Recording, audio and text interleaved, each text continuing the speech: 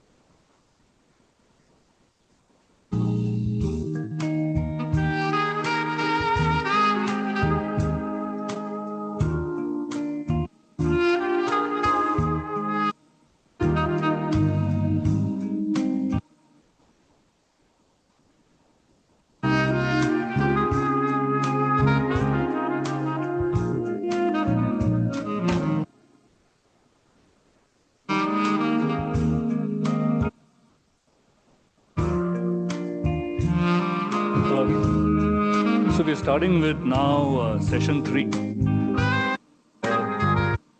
Thank you all for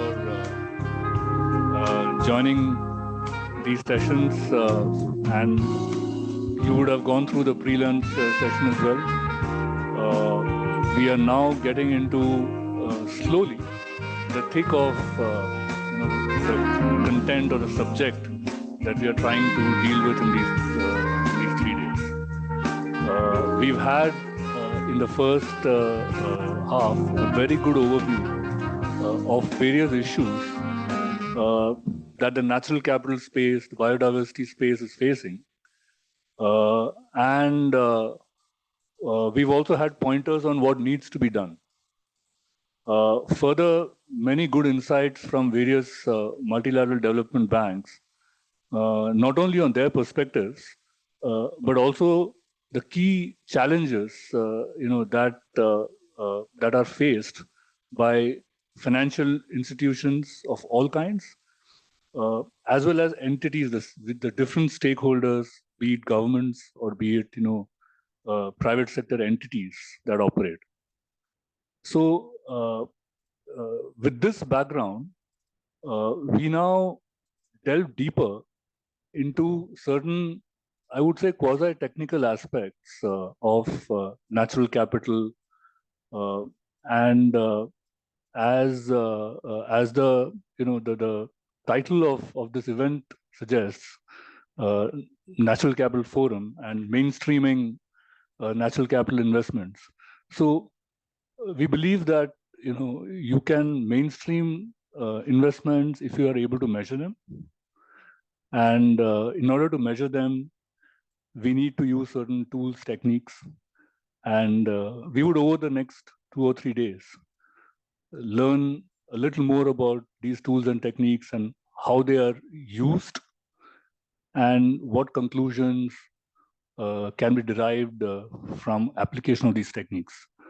I'll just pass it on to my colleague Rafael to also throw some more light. Yeah, well, thank you, Narayan, for this introduction.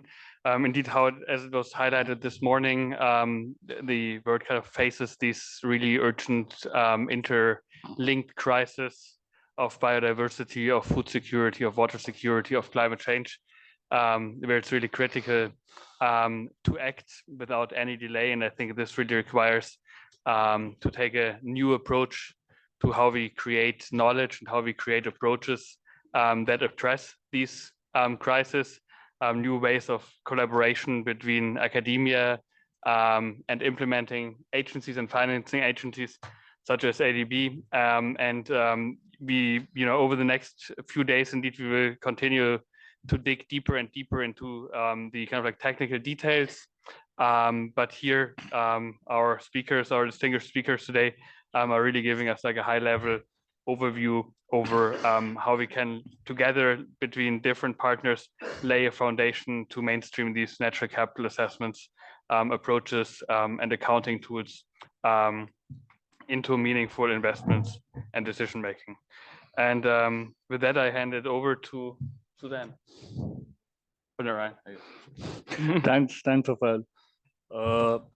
So without much ado, let's get into the session. So I will be presenting to begin with an overview of ADB's Natural Capital Lab. This was established in 2020 and has been developing over this period of time. And we are now at a stage where we are actually able to conduct assessments along with our knowledge partners. So let me just talk about the basics. Sally, could you just change the slide, please? This pointer is not working.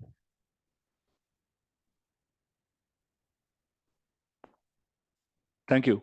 So you probably remember this slide in some ways in the morning when DG Ramesh presented it. And I'm not going to spend too much time repeating what DG said. Suffice to say that this is a the Natural Capital Lab is like a platform and a tool, in addition to being a platform.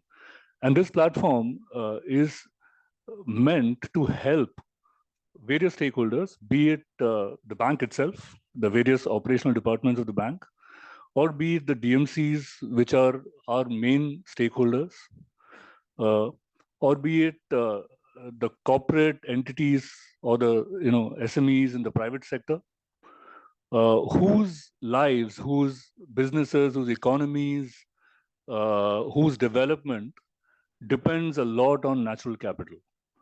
So this platform is designed to help these stakeholders make investment decisions, look at policy alternatives through a different lens,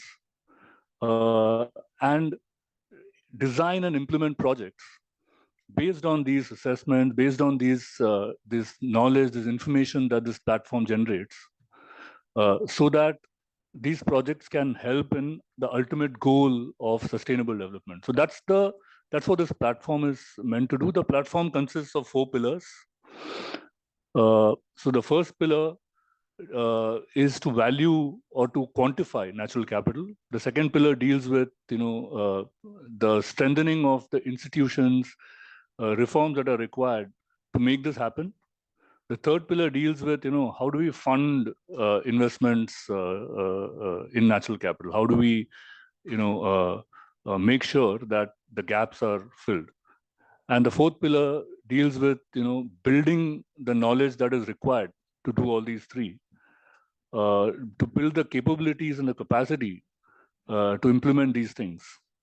And of course, to build partnerships which we believe are inherent to achieving these objectives. So I'll just explain briefly a little more about these 4 pillars, and then we'll stop there. So valuing natural capital is something that we are, which is kind of at the core of the Natural Capital Lab. So you would have at least 5 DMCs that are present here are familiar with what we are trying to do. We are in different stages of carrying out natural capital assessments in 5 DMCs. And of course, we have invited 8 more DMCs here who have a very strong interest in natural capital and who are very strong stakeholders. So these exercises involve really valuing the contribution of different ecosystems or different natural assets, as you may call them, the contribution to economies, to people, the beneficiaries of of these services that they provide, quantifying them and linking them to development. We believe that if you can quantify it, if you can measure how these natural assets impact human lives, then we would be able to do various things with that. You can rank them in order of importance. You can take various geographic units and perform these assessments. You can figure out based on these assessments what kind of investments are needed to protect these assets which are contributing to development. And you can also figure out whether there are gaps in policy, whether anything needs to be changed. We can compute, I think gross ecosystem product, or GEP, was the term that was mentioned in the first half too. We could, using these assessments, compute GEP for various, at various levels. And computation of GP, having a very easily understood indicator is probably the easiest way to incentivize, doing this.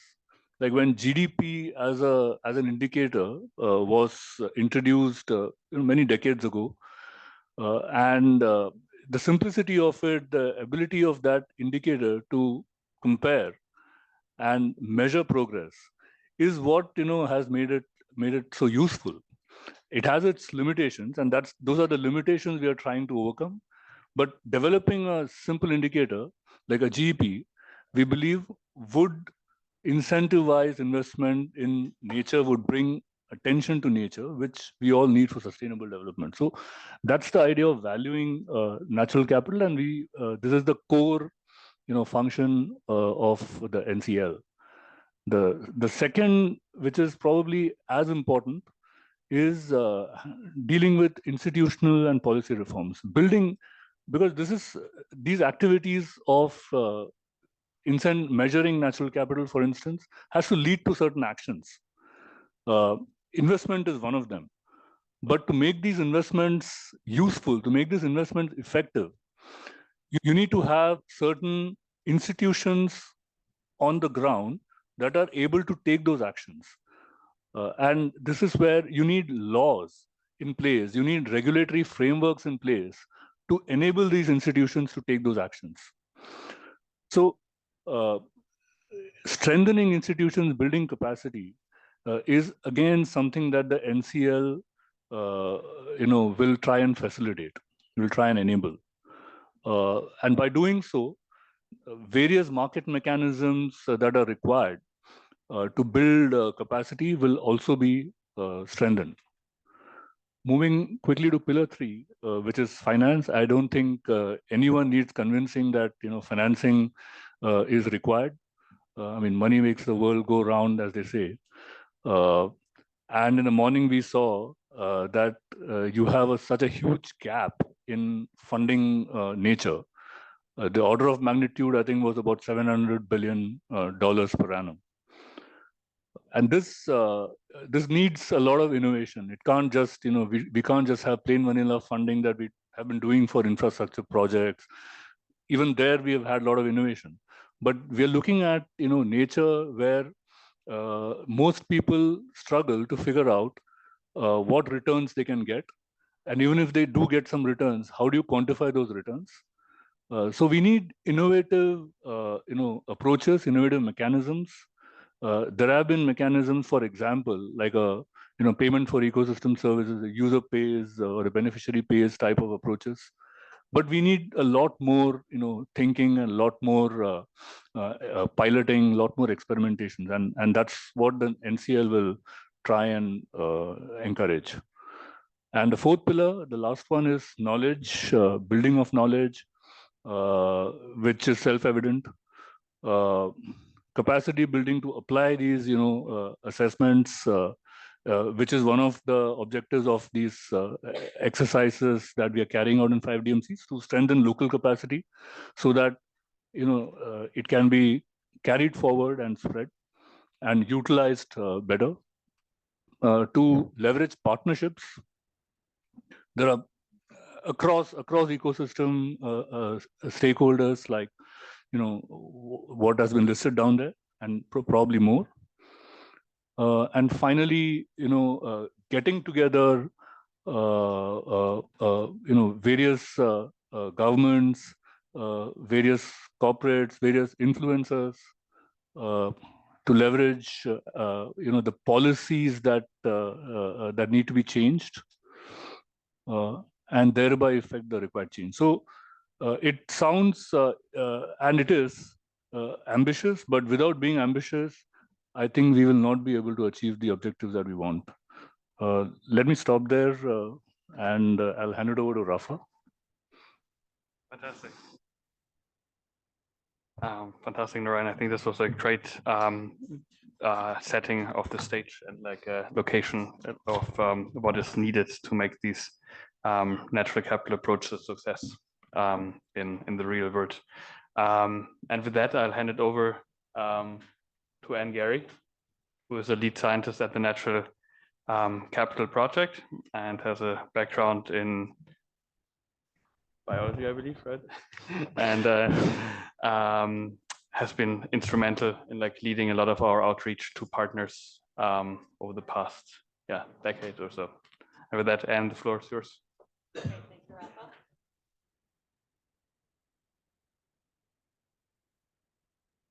Technology. Okay, so my job here is to introduce the Natural Capital Project, one of the co-hosts for this forum.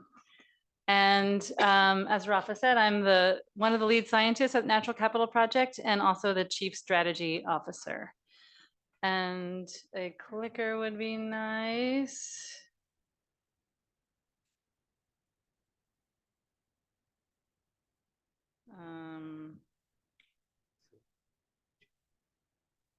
Okay.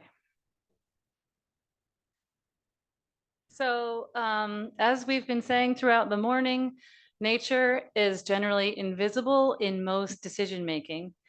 And therefore, we find ourselves in the midst of these twin crises of biodiversity and climate change. Fortunately, global leaders across world regions, across different sectors, and across influential organizations are really beginning to partner to rethink development with better outcomes for people and nature. And ultimately, transformation to a nature positive, climate positive, and inclusive future is possible if we make nature count in policy, planning, finance, and operations. This joint statement on nature, people, and planet was brought up earlier. And one of the things that we at the Natural Capital Project are doing is trying to make practical approaches to helping institutions like the multilateral development banks deliver on these kinds of promises. So at the Natural Capital Project, we are centered at Stanford University, and we have partners. The core partners are the Chinese Academy of Sciences, the Royal Swedish Academy of Sciences, Stockholm Resilience Center, the Institute on the Environment at University of Minnesota, World Wildlife Fund, and the Nature Conservancy. And our mission is to pioneer the science, technology, and partnerships that enable people and nature to thrive. Our big idea is that if we integrate the values of nature into decisions, we can motivate greater and more targeted investments in nature to ultimately improve the well-being of people and nature. Some of the key tenets of the work that we do are listed on this slide. Co-creation is very important to us, to work with leaders of countries, of companies, of communities, in order to co-create approaches to working our way out of these twin climate and biodiversity crises. Another key tenet is that we share our work. We build open source tools, trying to share our science broadly and share new ways of thinking about things and new ways of doing things. We collaborate widely with multilateral development banks, with governments, with academics, with community leaders. We feel that it's essential to partner in order to solve global problems. Empowerment is very important in terms of our capacity development, because we know that small numbers of people in this room and all of our friends, we wouldn't be able to do this alone. We've got to help other people learn to use these kinds of tools and approaches to make different sorts of decisions. And also inspiration is really important in terms of figuring out how to find success stories, amplify them, and share them. And that's one of the things that we're hoping to do within this forum. So I mentioned that our mission statement is pioneering science, technology, and partnerships that enable people and nature to thrive. And so ultimately, we hope that those things lead to impact in the world. And I'm going to talk a little bit about each of these themes. In terms of our science, we generally are working to understand where, when, and to whom the benefits of nature flow. And since about 2009, we've published 700 peer-reviewed papers documenting the science of understanding what are the benefits that flow to people in what kinds of contexts. So that's an important piece of what we do. And some of the themes of our science frontiers include understanding connections between nature and human health, equity and access to nature and its benefits, modeling ecosystem services at the global scale, using different kinds of data sources to solve different kinds of problems, and also connecting natural capital assessments and accounting to policy and finance decision pathways, like we will be talking about for the rest of this week. Technology is another important piece of what we do. You'll be hearing about our tool, our flagship tool that's called Invest for integrated valuation of ecosystem services and trade-offs. We try to make that science that we do accessible to people in this open source and freely available tool that's been used in almost every country around the world. And basically, it is a way of understanding how benefits flow to people when and where. And in particular, what it does is to translate changes in scenarios to changes in benefits to people. So you can input alternative land use, land cover scenarios, different kinds of biophysical and socioeconomic data, and then you can get out information about those benefits that matter to people. So for example, on the end of the slide here on the right, you'll see maps of benefits in Myanmar that Lisa and her team produced. In this slide, we're seeing carbon storage and sequestration and water yield, and we can measure those benefits in biophysical terms, like metric tons of carbon stored and sequestered, or amount of water yielded, or we can look at monetary terms that can be very useful in terms of building into accounting schemes. In terms of partnerships, we've had direct engagements with hundreds of partner institutions in over 70 different countries. I mentioned our core partners before, but we have over 150 research partners and over 350 implementing partners. And then our scaling partners include the multilateral development banks and the GEF, who are helping us to amplify regional and global approaches to global implementation. And then finally, impact. We have conducted trainings in person in 44 countries to over 15,000 people from over 100 countries. And there are multiple examples of ways in which this kind of work done in partnership with leaders around the world has led to new policy, finance, operations, and standards that have been implemented, and we'll be highlighting stories of those kinds of engagements as the week goes on. This is just an example from one of those trainings in China a few years ago, where we're teaching different kinds of people to use these sorts of approaches and tools. We have worked in lots of different decision contexts all over the world, trying to figure out what works in each place. And we look forward to doing the same with each of you as we do these pilot projects. Co-development in our work is really key, because even though we're based at an academic institution, it's very important to us to not be in some ivory tower where we think we've got these smart approaches and we're going to show people how to do stuff, but rather understanding what are the problems in a particular place and how might we bring the best available science and approaches and tools to address those problems together. I'll be talking about this a little bit later, and since I'm running out of time, I just want to highlight that we've summarized our experience in 15 years working with decision makers around the world in over 100 engagements with 7,000 people engaged in different kinds of trainings, and we've summarized what we have learned in this report that's available online if you're interested in finding out more. I'll highlight it in a talk later. So just to summarize, some of the key things that we think about at the Natural Capital Project are ways in which we can use science, technology, and partnerships to change the way things are done on this small planet of ours.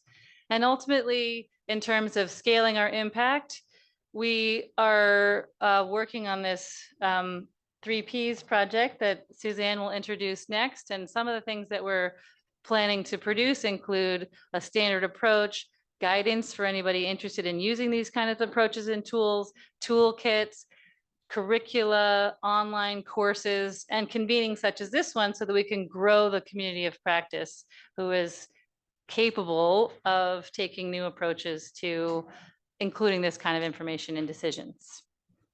Thank you.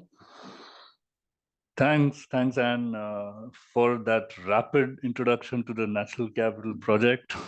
Reminds me of the rapid approaches that we employ. But let me just, also assure the audience that this presentation was actually very rich in content, and 10 minutes doesn't do really justice to it. The second point I just wanted to make was there are a lot of examples of these assessments being used on ground and delivering results that are actually usable, practical results. I think the publication that Anne just showed in the last slide gives a lot of examples. So lest it seems like a theoretical academic exercise. It's not, and you will realize it over the next couple of days too. So thanks, Anne. Let me introduce our next speaker, Suzanne Robertson. She's a principal operations coordination specialist dealing in both environment and agriculture of CCSD, which is Climate Change and Sustainable Development Department at ADB. She's an ADB veteran, so to say, worked on integrated natural resources management and very experienced in working in China and East Asia, and actively involved in many ADB programs, especially the Yangtze River and the Yellow River ones. So over to you, Suzanne. Thanks, Narayan. I'm not that old, so please don't be worried about Narayan's comment. But just to explain what it is that I do in ADB, because I think this is important in understanding not only my role, how ADB works, but also how this project will work. So I'm an operations coordination specialist, and I'm situated in the thematic group, which is where we look at all of the emerging areas and issues of where ADB would like to be working in the future and how we would like to support our DMCs to take up these types of new initiatives. And looking at natural capital and how we can use and value natural capital and put that into decision making is one of those emerging areas where we think ADB has a lot of ground where we can work with our DMCs to take this up. But that's on the thematic side. We also need to work with the sector side. And that's where we come in terms of taking what you might think is something which is perhaps more theoretical and turning it into something which is practical and can be investable and into ADB pipelines so that we can make some transition with projects and programs. So what I'm here today to talk about is the 3P project. And that's what has brought us together this week, and hopefully in future occasions when we continue meeting for the project. And I think there's just a bit of delay with the slide. It warms up. Oh, it warms up eventually. Okay, I don't really need to go through the need of why we have to do this, because I think everyone spoken before me has really covered the basics of this. But I think a couple of elements that were mentioned this morning in terms of Chantel mentioning the involving consciousness, which I thought was a quite nice way of putting the fact that we are becoming more aware of the importance of nature. But what we really lack, as well pointed out by Warren, is what to do with that and how do we take that forward. So that's really where this project is coming in now. How can we pick up on our awareness and our interest in terms of picking up the natural capital story and agenda? And how do we put that into something which is usable and tangible for everyone, not just a practice example? And that's really where this project came into formulation. So it's something which was originated between the Stanford team, IDB, the Inter-American Development Bank that you heard from this morning, as well as ADB, in terms of what it is that we could do to try and solve some of these issues and challenges to make natural capital something which is more understandable and accessible for everyone. So within that regard, we put this project together. And as explained many times, we want to look at how we can integrate natural capital into policies and investment decisions. And a slight delay. Okay, so the project is funded by the GEF. It also has additional funding from the Moore Foundation. ADB has 5 pilot countries that we're working with: Armenia, Cook Islands, People's Republic of China, Philippines, and Sri Lanka. And IDB also have 5 pilot countries that they're working with. In terms of technical expertise for the project, of course, we have the Natural Capital Project, who is here with us, who is providing a lot of that. But we also have the MDB's expertise as well, including ADB, which is most of us sitting here, as well as IDB. World Bank is also involved. And of course, there is you who is involved in this project, which is most important. But I think one of the things to highlight, especially for ADB and considering our DMCs are here, is that this isn't only an activity that involves ADB headquarters and country representatives, but we also have important country representatives as well in our DMC or resident mission officers, as well as project officers here who we are trying to link with to ensure that all of the activities under the project are very much integrated and related. We want to know what it is that makes these projects possible within each country. And therefore for us as ADB, and we like to say one ADB these days, working from headquarters through resident missions and project staff is very important. Okay, for the basics of the project, it was approved basically mid this year, but we had a bit of an early start to the project, mobilizing the first workshop at Stanford University in April. And implementation should be about 15 months. So we're not quite halfway there, but we're making progress. So in terms of the plan, what it is we want to achieve. So everybody knows that we're here to discuss natural capital assessments and accounting.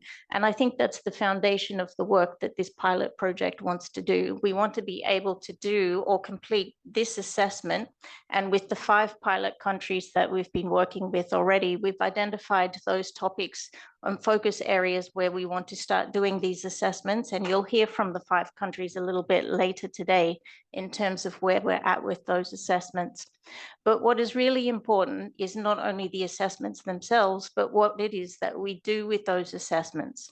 And that's where it comes into play, as Anne mentioned, that part of the output of this project will be developing the tools, methodologies, the knowledge, awareness materials, what we call ADB knowledge products, so that you'll have this material at hand, but making sure that that material is usable for the future, so that when you come to do your next assignment or next assessment, you have the material at hand that you can then use that to scale, but also making sure that the institutional settings that are in place can actually be enabling for you to continue with this practice.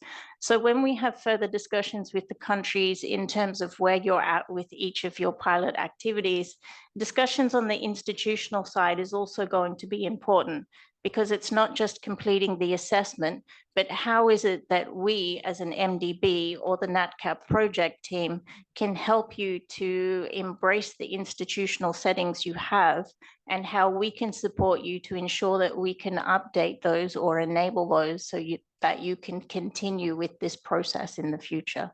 So looking at that side of the project in terms of capacity is important. What are the enabling environment and conditions that you need so that we can continue with these practices in the future? And I think that's it for my presentation this morning or this afternoon. Thank you.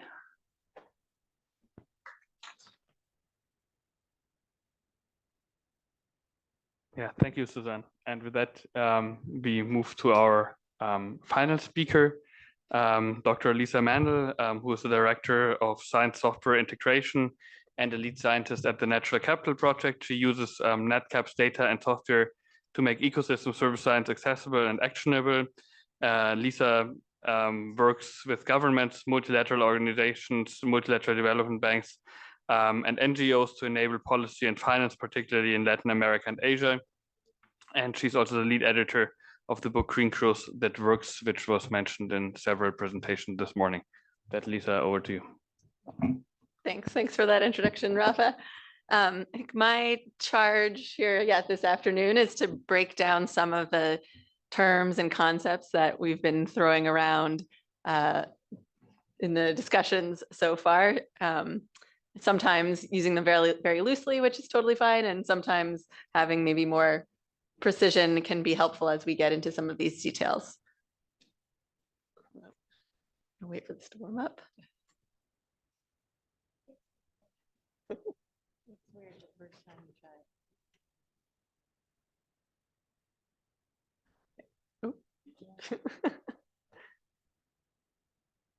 All right. So I think depending on what discipline you come from, what sector, terms like biodiversity, natural capital, ecosystem services, sometimes we use them in fuzzy ways, and sometimes those definitions get broken down. So natural capital includes Earth's lands and waters, soils, and biodiversity. And these stocks of natural capital provide flows of benefits that we call ecosystem services. And those benefits have values to people, livelihoods, and economies. As Anne mentioned, there's many different ways to capture those values, but we're really interested in those contributions to human well-being. And sometimes, biodiversity becomes a kind of catchphrase for this whole process, or ecosystems, the environment, natural capital. But I think we can all agree that what's at the core of what we're talking about here is the diversity of ways that nature and biodiversity makes human life possible and enjoyable, from very tangible benefits like food and clean water, to sometimes less clear benefits like pollination, coastal protection, to very intangible but critical benefits such as cultural identity and spiritual fulfillment.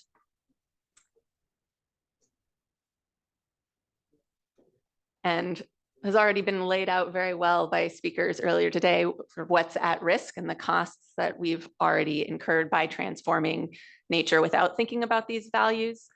And the question is, how do we transform this growing appreciation for the role and the importance of nature into the action that we need? And natural capital approaches provide a way to measure and map and value natural capital and its benefits in order to drive change in policy and finance and other decisions to capture those values. So natural capital approaches enable such things as identifying where and how much benefit is provided by landscapes or seascapes, an understanding of how different segments of society or the economy depend on nature and where those benefits originate. It enables measuring how values, tracking changes in values over the past, as well as looking to the future and possible scenarios of development, of climate change, of policy, and what those values could be under different actions.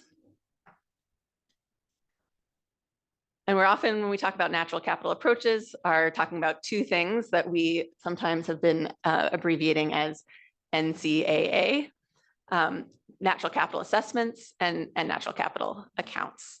And these are very related approaches, but I think there's some few differences that are worth highlighting. So natural capital assessments quantify and map stocks of natural capital and the flows of ecosystem services to people. They can use multiple metrics, qualitative ones, where are there high or low areas of value, quantitative and biophysical ones, like Anne was mentioning, tons of carbon, liters of water, or monetary values. And natural capital assessments can mix different forms of measurement.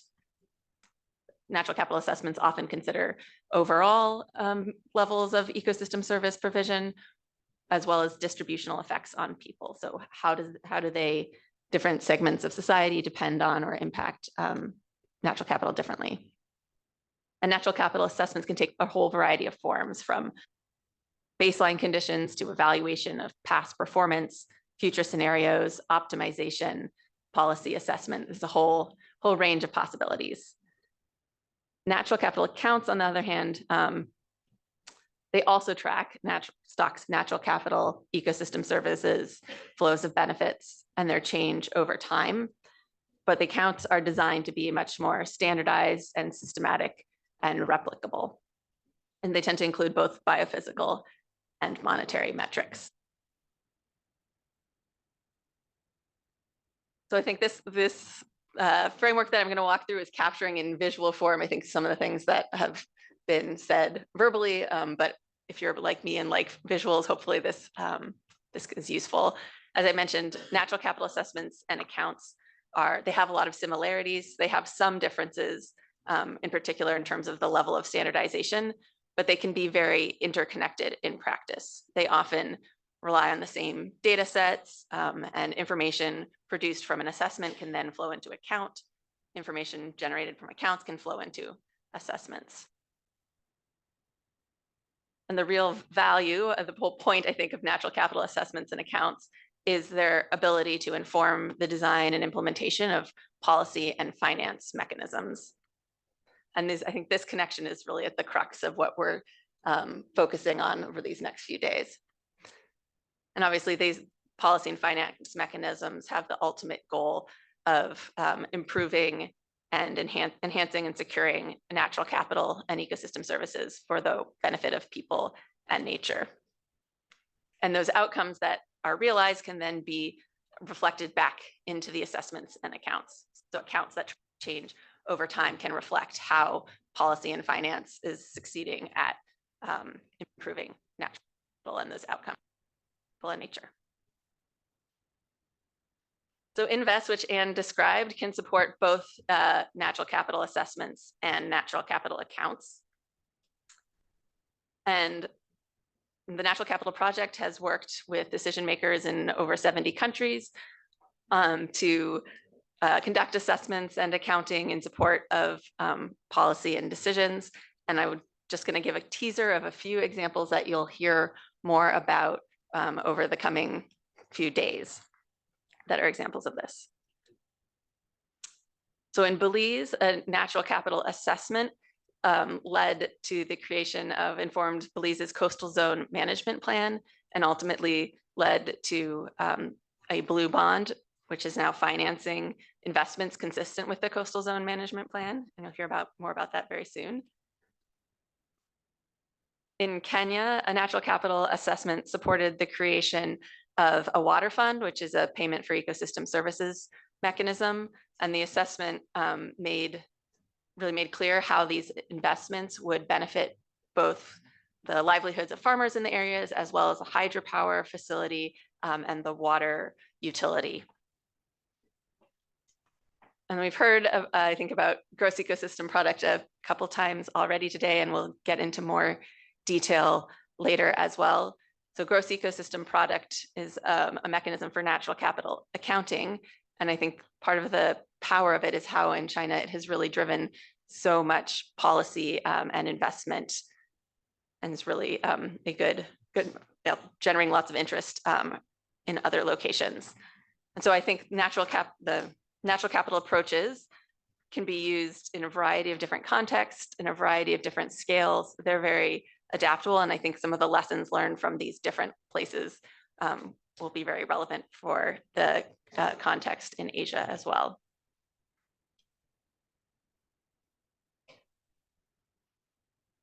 So I just wanted to end by coming back to this and saying that there's a number of examples, many examples of natural capital assessments and accounts supporting policy and finance mechanisms. So this implementation is happening. It's not just an academic exercise, as Narayan said. Obviously, we would like to see much more of it, and we need to see this change very rapidly. And I think it's really exciting to have this group assembled here for the next few days and this 3Ps project to begin to add more examples and share what we've learned and really build a community to drive this forward. So thank you. Thank you, Anne. Thank you, Lisa. Again, a very rich presentation, very rich in content. Though we are running, I think, a few minutes late, but we can probably, spare the time to take a few questions. Please, if you can briefly introduce yourself and then ask the question.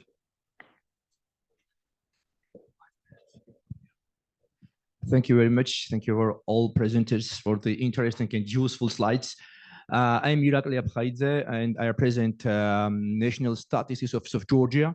And accordingly, my questions relate to indicators and accounts. So as you mentioned in your slides, there are lots of various indicators. And this, as I know and as I inform, so example for my country, these indicators and these data is disappear different database of different institutions. My question is, do you have any unified data collection system or unifying methodology which allow us to collect and produce reliable data? And it would be good share experience with Stanford University and ADB also. So it's my first international cooperation with ADB, and it's a very interesting issue for me. Thank you. Thanks for the question. Lisa, would you like to have a crack at this? I can take a first pass. Yeah, so I think this is a really good point. And in many of the places where we've worked, the challenges are bringing together data from different institutions because we're spanning different ecosystem services. Natural capital has impact on multiple sectors. You need to bring in environmental data, economic data. I think the methods are becoming increasingly standardized, and it's the data piece and bringing the right folks to the table to be willing to share and see what's in it for them and what new information is, or what's possible with that new information that comes from sharing. But I know that's easier said than done in some cases. I don't know if Anne or you want to share anything from your experience too. Well, I think when we get into talking more about accounting, I think one of the things that natural capital accounting processes can do is to standardize what is the information that we need to do this accounting. And as we begin to standardize that across different contexts, then people will know what are the data sources that they need to be collecting. Will be sort of over time, I think we will be able to standardize data collection and fill gaps so that those kinds of things are easier to do. Ryan, you want to? Yeah, just to supplement it and maybe, so the simple answer is there is no standardization, universal standardization, right? That's a simple answer. But how are we getting around it today? There are various approaches.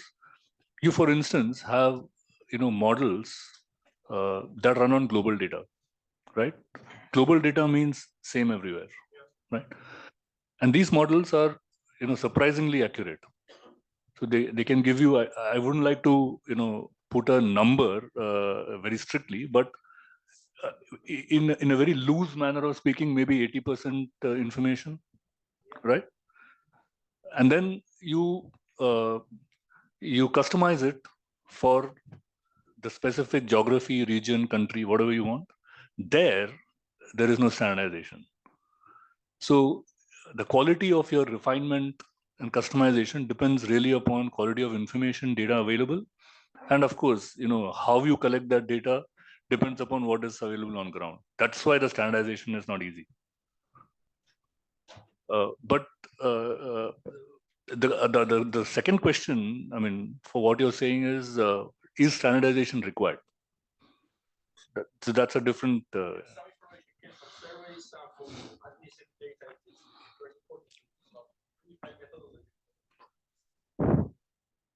Correct. Just imagine yourself, very good officer. We have very good singers. We have very good drummers. We have very good musicians, but we don't have directors.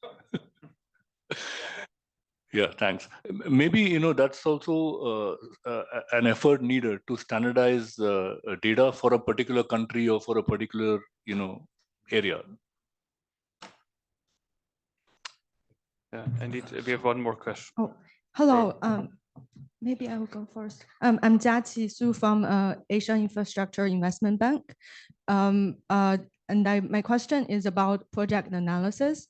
I mean, so far the standardized CBA is about giving monetary value to, let's say, time saved from transport or things like that. Then my question is, which program would give more details about giving monetary value to natural asset or incorporating, which one would be best to study further if I want to check giving monetary value to natural resources and incorporating that to CBA? Sorry if I'm clear on this.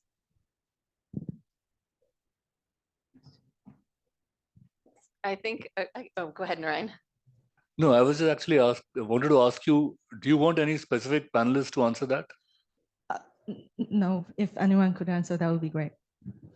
Okay, Suzanne, would you? Okay. Yeah, when it comes to MDBs, we do a cost benefit analysis as well as economic analysis for all of our project investments.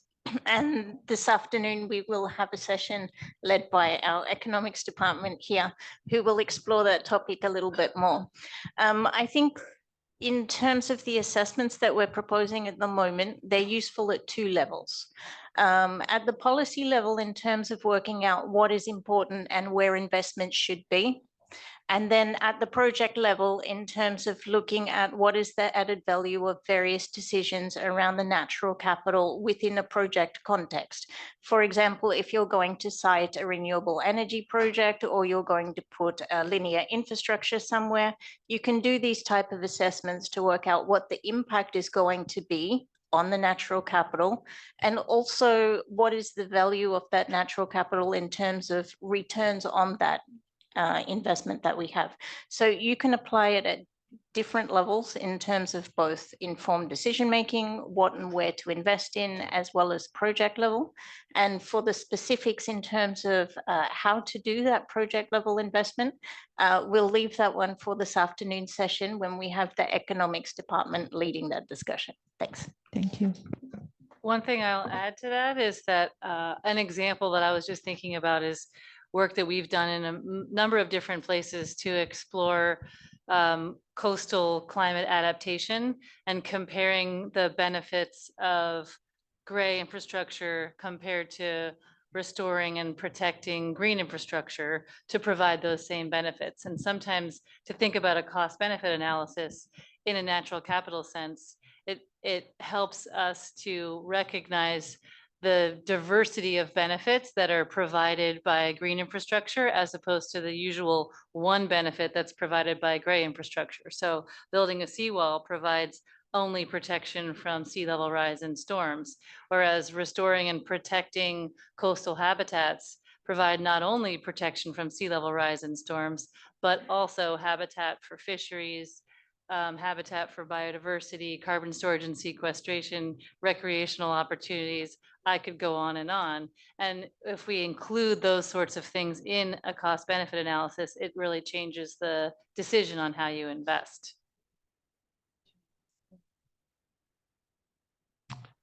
Thanks, Anne, for this nice answer.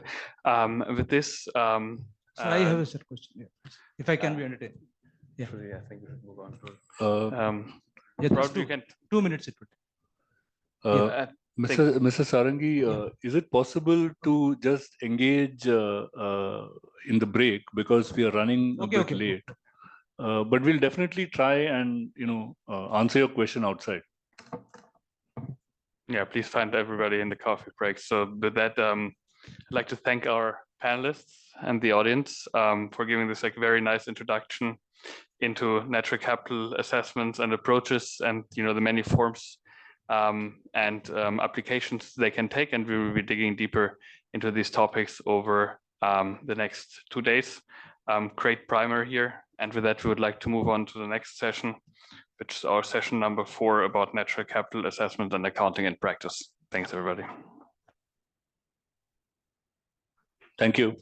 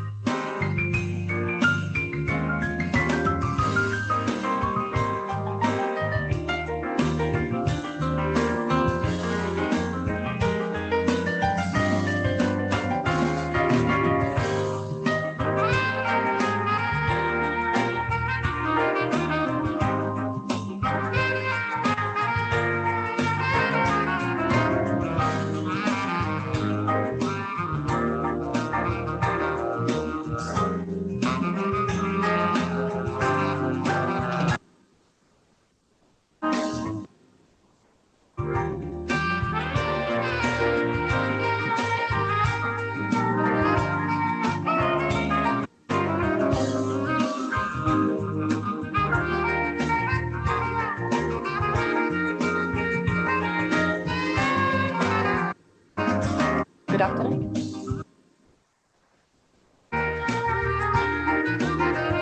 Everyone, let me introduce myself. I'm Natasha, Water Resources Specialist in the Natural Capital of the Climate Team. And I'll be the moderator for our session 4, which is about natural capital assessment in practice. So I think this session really laid the foundation of what accounting is and also what differs accounting from assessments. And so what we will learn now is a bit more about how does this work in practice. And we will learn that through examples of real-world case studies that have been carried out in different regions of the world. So we have first an introduction, a more general introduction about how using natural capital assessments and accounting to inform decisions. And this will be provided by Anne Gary, who I believe you already know through the previous session. So she's Chief Strategy Officer and Lead Scientist at the Natural Capital Project of Stanford. And she will explain us a little bit more about that. So I'll leave the floor to Anne. Okay, I apologize if you're already starting to get sick of me. But I'm going to talk about using natural capital assessments and accounting to inform decisions. I'll try to keep you awake in this bad jet lag after lunch hour. So Lisa introduced this diagram that helps to explain how natural capital assessments and accounting interact with one another and how they can inform the design, implementation, and monitoring of natural capital policy and finance mechanisms, with, of course, the ultimate aim of securing natural capital for the benefit of people and nature. And I'm going to focus mostly on natural capital assessments. We have sessions later where we'll focus more on natural capital accounting. So this book was mentioned before. This is a book that Lisa and others edited called Green Growth That Works. And I just want to do a little advertisement for the book because in terms of natural capital information informing decisions, it has a lot of good introduction and background, as well as an introduction to different kinds of policy and finance mechanisms, including government payments, regulatory mechanisms, voluntary mechanisms, water funds, market-based mechanisms, and multilateral and bilateral mechanisms. So there are chapters on each of those if you want more details. And then there's a section of the book that has successful experience in inclusive green growth around the world. And so there are case studies from China, Costa Rica, the United States, the UK, the Caribbean, and emerging work in cities. So I highly recommend checking out that book if you want some more details. As I mentioned in the last talk, we also have this report on natural capital approaches, where we summarized a whole bunch of the work that we have done and the lessons that we learned in those different engagements over the past 15 years. And some of the things that came out of that work included our summary of 4 factors that were associated with maximum impact. So in terms of thinking about the work that you might be spinning up in your own countries, the things that we saw that were associated with maximum impact in this space included a clear policy window, mandate and/or financing, leadership to support the science policy process, the exploration of likely impacts of alternative scenarios and assessments of gaps and gaps and opportunities for implementation, as well as a multi-sector approach. If you just stay in the Ministry of the Environment and you don't talk with anybody in finance or transportation or housing, then these kinds of approaches are not going to have the desired impact.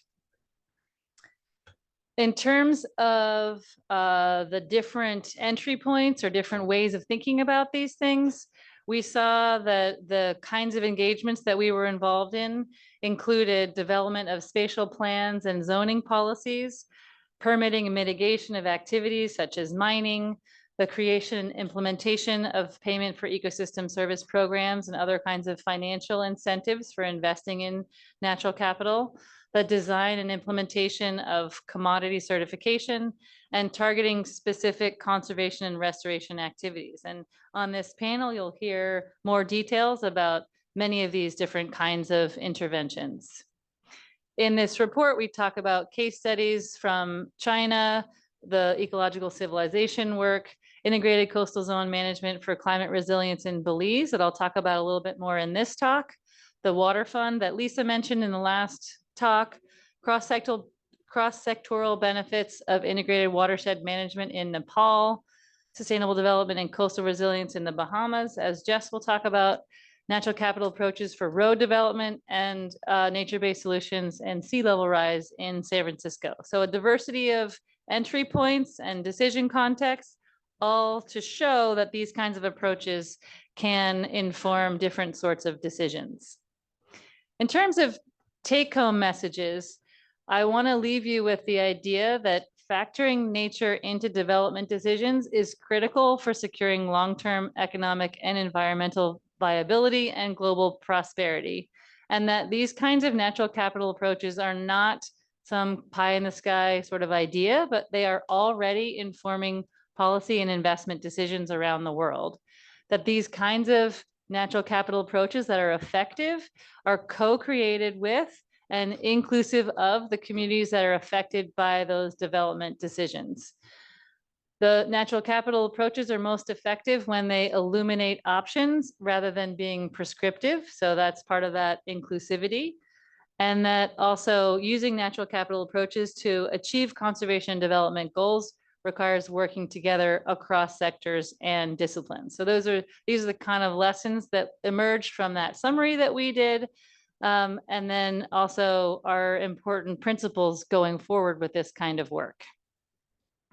Okay, so in my last 4 minutes or so, I'm going to talk a little bit about one case study. This map shows some of the NatCap projects in the world, and we're going to take a little trip to Belize, which would be a long time on an airplane from here. The goal in Belize was to balance the sustainable use of the coastal and marine environment for the benefit of Belizeans and the global community. And this was work that was led by the Belize Coastal Zone Management Authority and Institute. And their charge was to create a integrated coastal zone management plan, where they were harmonizing development and ecosystem benefits through government and community planning, asking two key questions. Where should coastal ecosystem investment be made to secure fisheries, tourism benefits, and mitigate risks from coastal hazards? And then what improvements in ecosystem services, such as coastal risk reduction and fisheries, can be expected with different kinds of coastal zone management plan options? So the government of Belize divided the country into 9 different coastal planning regions and held community meetings in all of those different regions to understand people's visions and values. And then also understand what are the benefits that people wanted to see from their natural environment. And people talked about the ecosystems, so mangroves, reefs, and seagrasses, fisheries, and they could be measured in pounds landed or the market value. Recreation and tourism are very important in Belize, and those can be measured in terms of numbers of visitors or their economic impact. And then also shoreline protected, and that could be measured in terms of the amount of erosion or in economic values in terms of avoided property damage. And so an important thing that we did in that work was to try out different coastal zone management plans. So different ways of arranging different coastal uses and mapping that spatially. So even if you don't care about coastlines, you can translate this to thinking about a watershed or any other kind of example. So different ways of putting human activities in different places. What impact does that have on all of those different things that we just talked about? So here's where we use the Invest tool that I introduced in the last talk, where we translate scenarios to changes in services. And then we get out of the Invest tool. I'm going to skip this slide. We get a understanding of how those different ecosystem services will change under those different scenarios. So this is too detailed of a slide, but we could see here that we could compare the catch and revenue, the visitor days and visitor expenditures, and the land protected and avoided damages, and the amount of functional habitat across the current scenario, a conservation scenario, an informed management scenario, and a development scenario. So the informed management scenario is the one that the government chose. And ultimately that led to, it was the cornerstone of the coastal zone management plan that was approved in 2015. There are lots of different follow-on impacts of that plan, including loans from the IDB for implementation, Global Climate Fund money for implementation. The reef has been removed from the UNESCO risk list, et cetera. And Jade will be talking a little bit about one of the outcomes, which is some work on the blue bond. So I know I'm on slightly borrowed time, I believe, but I have 2 more slides, I think, that I would like to get through. I object to my timekeeper.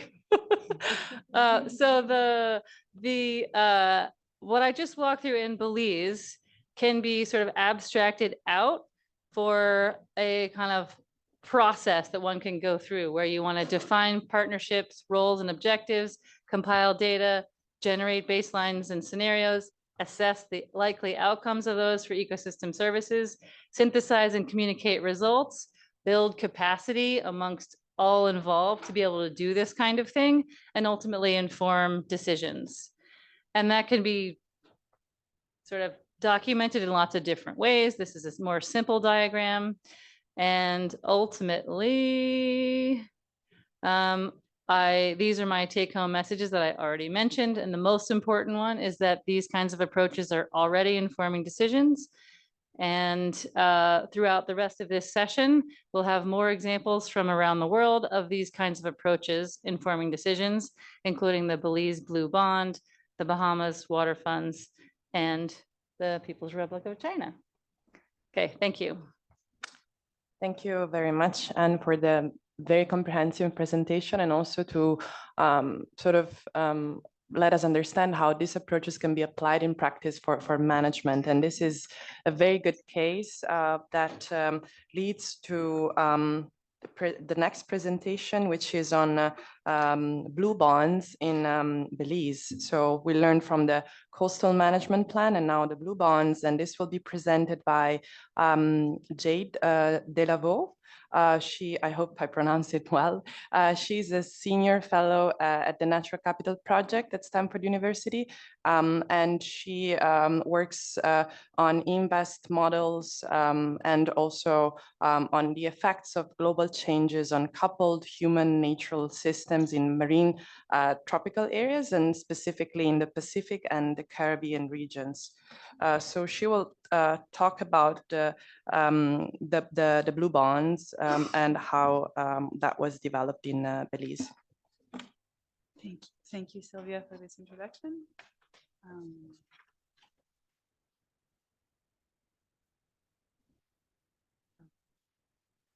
Well, thanks everyone. I will be presenting on the behalf of our country lead, Beverly Wade, who is the director of the Blue Bond Unit in Belize. Hoping she's online listening to us in case you have more questions about the Blue Bond. And Belize also thanks you for having them as part of this knowledge sharing event. Thanks. So Belize is a small island developing nation. Wait, this looks like it's an old, okay. A small island developing nation, which is very vulnerable to climate change. Its national economy heavily depends on natural resources, with 50% of its GDP being derived from sectors like agriculture, tourism, fisheries, forestry, and some mining. The sectors of tourism, agriculture, fisheries, and aquaculture represent 30% of its labor force as well. So a key source for local livelihoods. Belize is also a leader in terms of conservation and sustainable use of their natural resources. They still have 60% of their forest, with 36% already under some level of protection. They also have the largest Great Barrier Reef in the Northern Hemisphere, and 20% of their marine area is under protection. They try to make biodiversity conservation a cornerstone of their policy, which also supports their economy, and promote sustainable forest management, ecotourism, right-based approach to fisheries.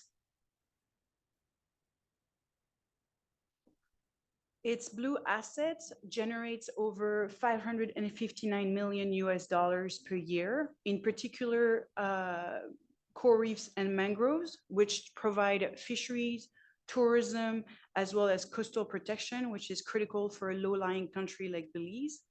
And recently, a mangrove blue carbon assessment was done and estimated that it is worth $100 million. So Belize tried to strike a balance between economic growth and marine conservation for the sake of its people, but also the global community. So back in 2020, Belize was hit very hard by the global pandemic. It resulted in contraction of its tourism. Its debt ratio to the GDP increased to 133%. And it was trying to negotiate with its bondholders how to defer payments on the on their bond, sorry, at the time, their super bond. And it was also encountering challenges in terms of financing conservation actions to secure their natural capital, which is a challenge that doesn't only pertain to developing nations, but also developed nations. So what it did, and I'm going to break down a little bit the process and the actors and what made the blue bond, what were the successful ingredients that could be replicated in other places. But what it managed to do is by 2021, it closed the largest blue bond deal at the time, which resulted in decreasing their national and debt services. It also generated long-term investment for conservation actions through the creation of a conservation trust fund, which brings $4 million per year that gets allocated to conservation actions, and also created an endowment which will serve as a source of finance for conservation in 20 years from now.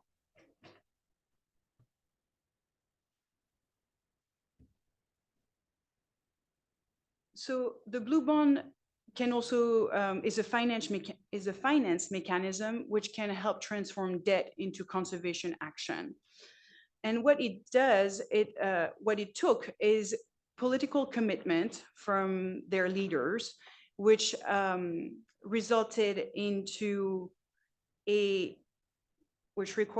their commitment required two things. One thing was paying back the loan that they obtained, and the other one was delivering on the conservation targets that were attached to that deal. And one of the big conservation target attached to it was creating a marine spatial plan, which they are now in the process of creating through deep engagement with their stakeholders, and expanding their marine protected area to 30%. All of that with the ultimate goal of securing the health of their natural capital assets for the well-being of their local communities.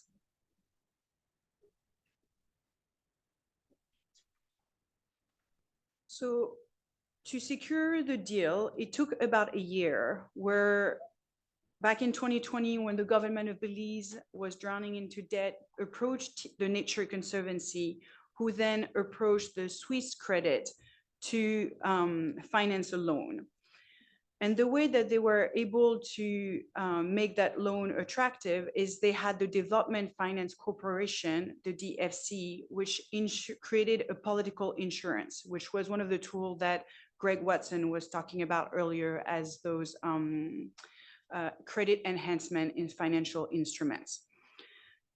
And to go through this entire process, as I mentioned, it took about a year. After they closed the deal, this is the agreement that was put in place. And the agreement has two key components. The first one is how the money flows from the bondholders to Belize government. So to do that, Credit Suisse, the Nature Conservancy, created a company called the Blue Investment Company, which is based in Belize, but owned by TNC. And Credit Suisse funnels the funding to the Blue Investment Company, who then lends the fund to the government of Belize. And then the government of Belize used this money to purchase their sovereign debt at a 45% discount. And they use the proceeds from this high discount rate to create a trust fund that then will go into the second component, which is the Conservation Fund Trust.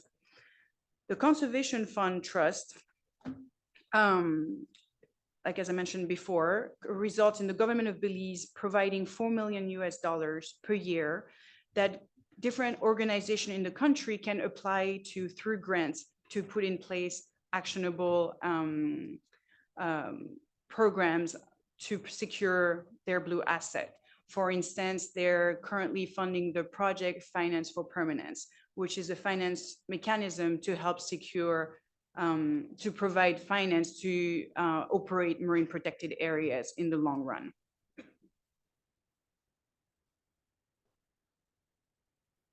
Another key aspect of this deal was the parametric insurance, where Belize is highly exposed to climate change impact, especially hurricanes and storms, which when they hit the country, it creates an economic slowdown, which then can prevent them from being able to pay back the loan on time. So this parametric insurance was put in place to give them a grace period in the case of when a Category 3 hurricane would hit the coastline, or economic hubs like Belize City would be exposed to high storms.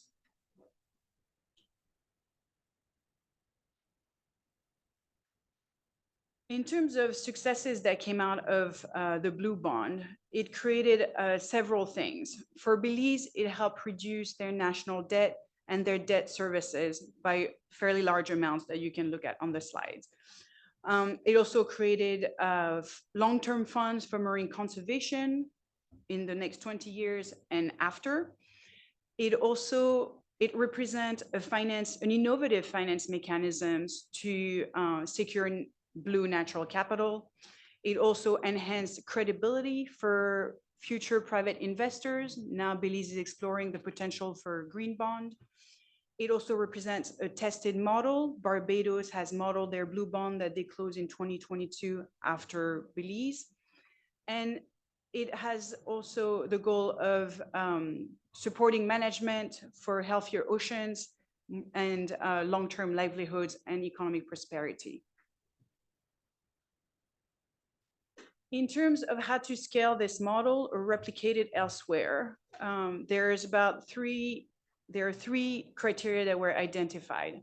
The first one is the need for blue assets, and having such high blue assets that it requires finance to be able to secure it and manage it, which is often where countries lack resources for implementing those actions. The second one is partners. Belize was able to partner with the Nature Conservancy, who created this blue investment company on the ground. They were able to partner with the Development Finance Corporation, which provided insurance. And the third criteria is the fact that those blue bonds are highly relevant to restructure sovereign debt. They enable transforming sovereign debt into conservation actions on the ground to secure natural capital for the well-being of people. And thank you.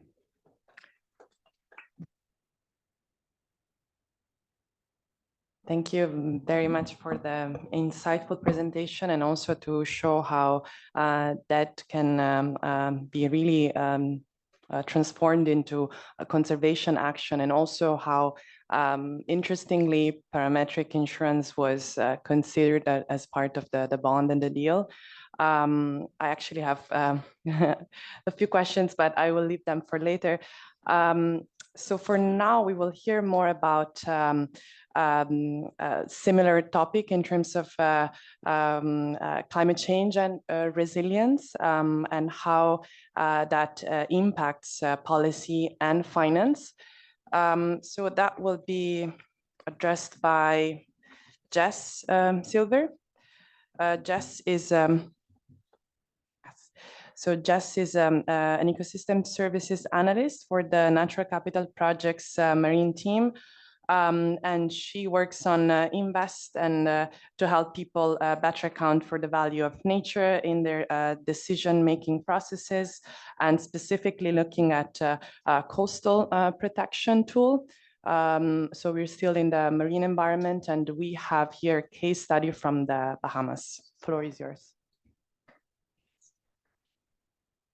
Thank you, Sylvia. Thanks, everyone. Good afternoon. So I'm going to talk about a case study from the Bahamas, which is focused on climate change resilience, adaptation, and mitigation, and various policy and finance options that analysis fed into. So I think one of the most important take-homes from this case study is really that a single core set of natural capital assessments that was co-created between the Bahamian government, communities, and the IDB really fed into a lot of different windows of opportunity in terms of both policy and finance. So the Natural Capital Project started working in the Bahamas around 2015 to help support the Bahamian government in developing a sustainable development plan for Andros Island, which is the biggest island in the Bahamas. And the development team, so the Bahamian team was comprised of representation from the Office of the Prime Minister, so a high-level policy person, as well as a planning project lead, a consultant group that facilitated all the stakeholder engagement, and then also really close working relationship with representation from the IDB at every step of the way, and then a technical advisory committee to review results and analysis. And then the Stanford science team, probably most important, is it's a very interdisciplinary team. So the most important question at the foundation of the development planning exercise on Andros Island, and a lot of the development planning exercises that the Natural Capital Project supports, is really to think about how developments we make today will influence the delivery of benefits that we get from nature in the future. So this was a very stakeholder-driven participatory process that relied on, as Anne showed, in Belize, designing these potential scenarios for using the land and seascape in the future, and then assessing the trade-offs between those scenarios using an ecosystem services modeling approach. So underpinning all of this, the first step was really to articulate the most important benefits that Bahamians, and specifically Androsian communities living on Andros Island, identified as the most important benefits that they got from nature.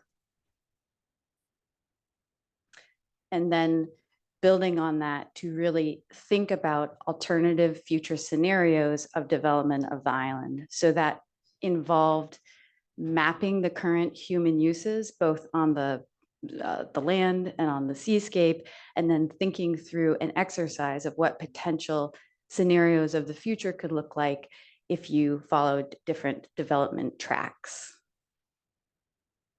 And we saw this slide before and did the hard work of explaining it, but essentially we used an ecosystem service modeling approach using the suite of open source free tools that our group has developed to look at how changes in land use would translate to the changes in the delivery of the services that people cared about.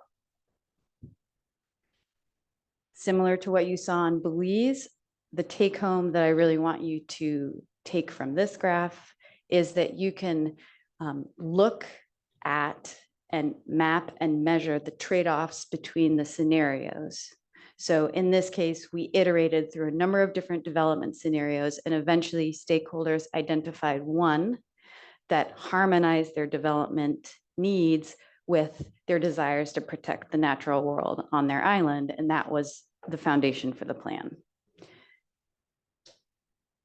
So when we were working in the Bahamas on the sustainable planning effort in October 2015, Hurricane Joaquin hit the country. And even for a country that is very hurricane prone and very well versed in devastation after hurricanes, this was a really unprecedented storm. And it was a catalyst for both communities and the IDB and the government to begin to feel that there was an imperative to think differently about how they were approaching coastal resilience, and specifically to think about whether they could better leverage the protective capacity of the very extensive coastal and marine ecosystems in the country. In support of this, the government and the IBB came to us based on some of the work we'd done in Andros and said, can you expand some of these modeling approaches to a national scale? And so in this analysis, to help think more explicitly about national scale coastal resilience, we used a tool from the Invest suite of tools called the Coastal Vulnerability Model, which maps out exposure and risk to coastal hazards based on characteristics of the shoreline. That information was used in a number of different ways. So this is an example of results from that model at the national scale embedded into a web viewer, which was used to as a planning tool for several ministries, the Ministry of Works, different additional ministries, as well as a capacity building tool for technical people in the government and also communities. And I think this kind of eats up my time, but I think it's an important piece of information. Is part of the climate change element in the Bahamas is that hurricanes, in addition to becoming more intense, were also starting to become more unpredictable and hitting parts of the country that did not experience hurricanes before. And people there did not have an endemic understanding of whether they were in high risk areas.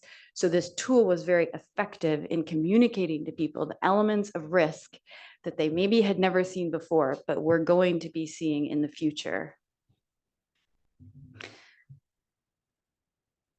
So based on that national scale coastal hazard analysis, we were able to work to look at potential sites on Andros Island in coherence with the original management plan work to pilot nature-based coastal protection solutions, in this case, restoring mangrove. And so we use the national scale analysis that I just showed you and the goals from the development plan, which had been previously articulated, to select sites that could be pilot sites for restoration, nature-based coastal protection issues, and then conducted additional modeling at those specific sites to think through some really important questions like, how much would we have to restore in order to protect the shore from a Category 3 hurricane, and how much would that cost? So helping to really understand site-specific conditions. This information enabled by the close partnership with the IDB throughout the entirety of the program was able to feed into and help justify the creation of a climate, well, high level slide is it, but let's call it a climate resilient coastal protection infrastructure investment program. And as part of that, there was a whole suite of projects in this loan, and there was some money allocated to these, to pilot these nature-based solutions at specific sites. Some of the outputs from the coastal vulnerability model that I described to you were used as performance indicators in that loan.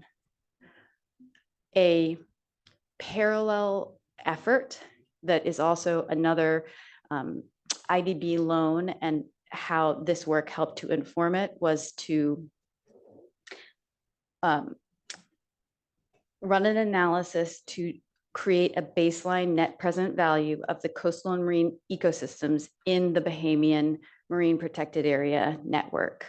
So this was done in part to justify the value in expanding the network, and then also to help direct funds towards MPA stewardship. Again, outputs from the models were used as indicators in this loan.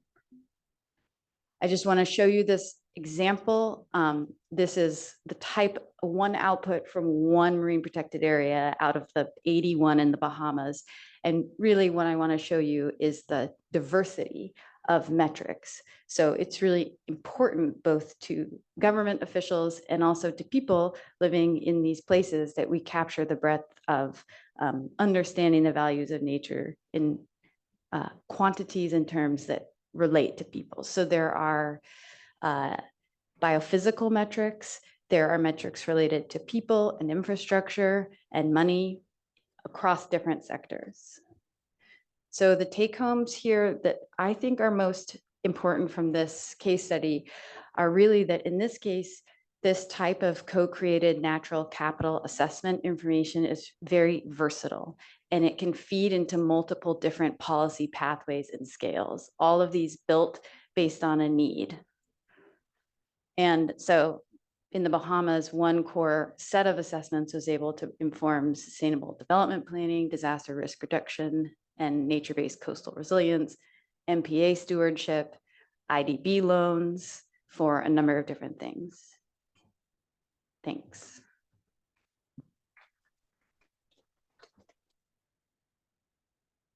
Thank you so much for this very insightful presentation. And I think what's really interesting is also the iterative process that was influenced both by the stakeholder participation, which actually goes back to the 3 Ps of the project that was mentioned and presented by Suzanne: people, planet, and prosperity. And so here, the people's dimension, I think, is very strong and interesting. And also from a project perspective, the fact that a model could generate outputs to then be translated into indicators for projects is quite strong, and something that probably we should also look into more within our own projects in ADB.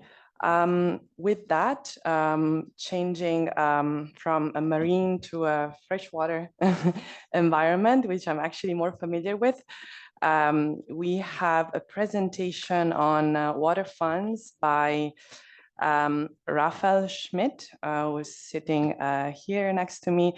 He is the lead scientist at the Natural Capital Project at Stanford University.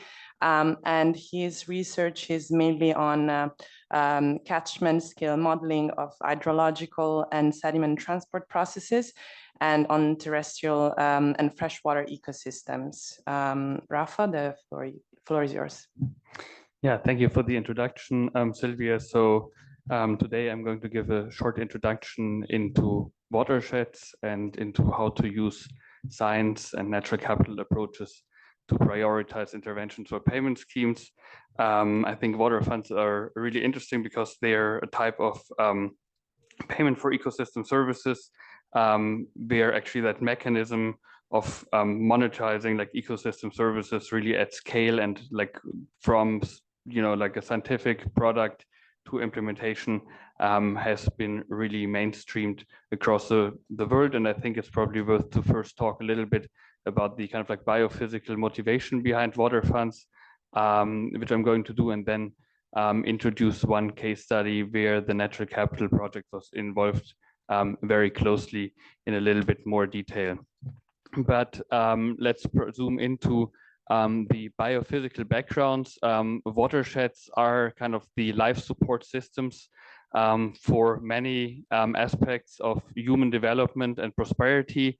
They can be defined as the landscapes that capture, store, and release water into water bodies, rivers, lakes, groundwater. And by doing so, watersheds provide a number of critical ecosystem services, ranging from controlling water quality to retaining sediment to maintaining flow regimes in downstream rivers and lakes. And by doing so, watersheds provide critical benefits to downstream sectors.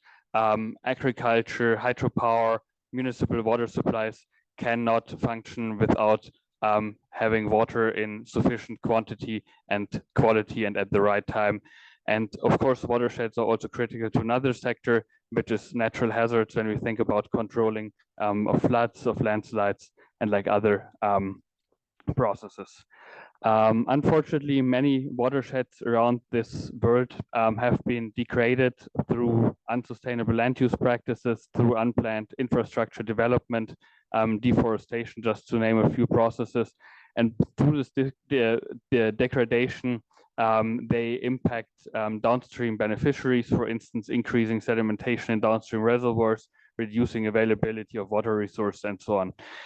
These downstream impacts are going to be amplified in the future if you think about global challenges such as population growth or climate change, which will increase the demand of for services across these sectors. So the idea behind water funds is really to change the narrative of degradation into a more positive narrative of restoration, and conservation, with the idea being that basically through upstream restoration by upstream users foregoing unsustainable practices and investing in restoration, we create an improved flow of ecosystem services that will then benefit downstream sectors in many different ways. And as a matter of activity, downstream sectors, downstream beneficiaries, downstream water users then support and reinvest the upstream ecosystem service providers for their restoration efforts and share some benefits, often creating also additional benefits, for instance, for biodiversity, but also for upstream livelihoods. So this is the biophysical basics of water funds. The water fund can then be defined as a government mechanism that basically pools resources from downstream water users and invests these resources in activities that improve upstream watershed conditions and watershed services.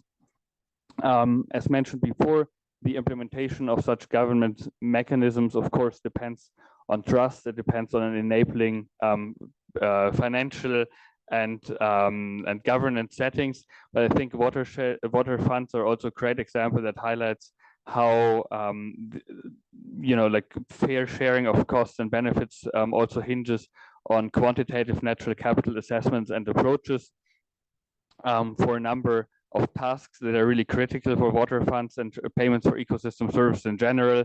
Firstly, to understand biophysical impacts of different interventions. Secondly, to map downstream and upstream benefits and beneficiaries, and also acknowledging that funds are also limited, often limited. Natural capital approaches can be critical to understand where limited funds should be invested to maximize returns across users, across beneficiaries, and across sectors. Water funds are now an increasingly common mechanism. As per our last counting, there are around like 40 water funds in 13 countries implemented, many in Latin America and actually also in Asia, but there's also an increasing prevalence of these mechanisms in other locations, such as in Asia, in Africa, or in Europe. The Natural Capital Project was involved in the design of quite a few of these water funds, and I'm going to zoom in into a little bit more detail in one specific example, which is the Upper Tana watershed. And there, the Natural Capital Project was basically tasked to help building a business case for the development of this Upper Tana Nairobi water fund. So what you see here on the map on the right is basically the this is like Upper Tana watershed, which provides water resources to Kenya's capital, Nairobi. It's also critical for hydropower. Hydropower plants based in this watershed provide 50% of Kenya's renewable hydropower energy. It's, however, also a location of rampant land degradation. Poor agricultural practices particularly impact water quality and quantity, and they increase operation and maintenance for downstream reservoirs by increasing erosion and sedimentation. And for this particular case study, we found partners across sectors in that watershed. We worked with the hydropower authority, with the municipal water supply office, with the private sector, smallholder farmer organizations, and many other partners throughout these watersheds. And we also developed very in-depth research collaboration that included like researchers at Stanford, but also other local and international academic organizations and institutions, as well as local experts and practitioners in the basin. The approach that we took can probably be concluded in like three kind of like core steps. Firstly, co-designing intervention portfolios, working closely with practitioners on the ground to identify proven and locally appropriate interventions, for instance, agroforestry or reforestation, and develop these different investment portfolios, trying to understand where these different measures can be implemented on the ground. Then deploying our invest models for biophysical modeling, both to understand local benefits. So for instance, where implementing buffer strips would reduce erosion and therefore also improve like soil fertility and create local benefits, but also looking at cumulative benefits from watershed investments. So what you see with these two lines at the bottom basically show the difference between implementing the water fund and the current condition. So basically the like delta nature, the benefits that are created by implementing these water funds in terms of like biophysical metrics of sediment delivery to downstream reservoirs.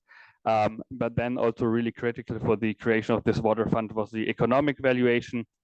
We were looking at like implementation costs, but also operation and maintenance of these like nature-based solutions and operation and maintenance of downstream water infrastructure to understand the net present value across sectors over 30 years, highlighting that the creation of this water fund would lead to a net positive value of 5.9 million over 30 years. And with this, I would kind of like to come to an end, just probably highlighting again how science, how natural capital approaches and assessment played a role in the creation of this water fund. So as I mentioned, we have kind of like contributors, donors and users that are at the tab that fund watershed protection. They give money to an endowment fund that eventually compensates landholders to implement metrics, which will then implement measures that improve water quality and benefit downstream contributors. So where does science come in here? At the center of this water fund is this governance board that actually monitors impacts using scientific methods, and that also uses Invest and other modeling tools to continue project selection and distribution of funds.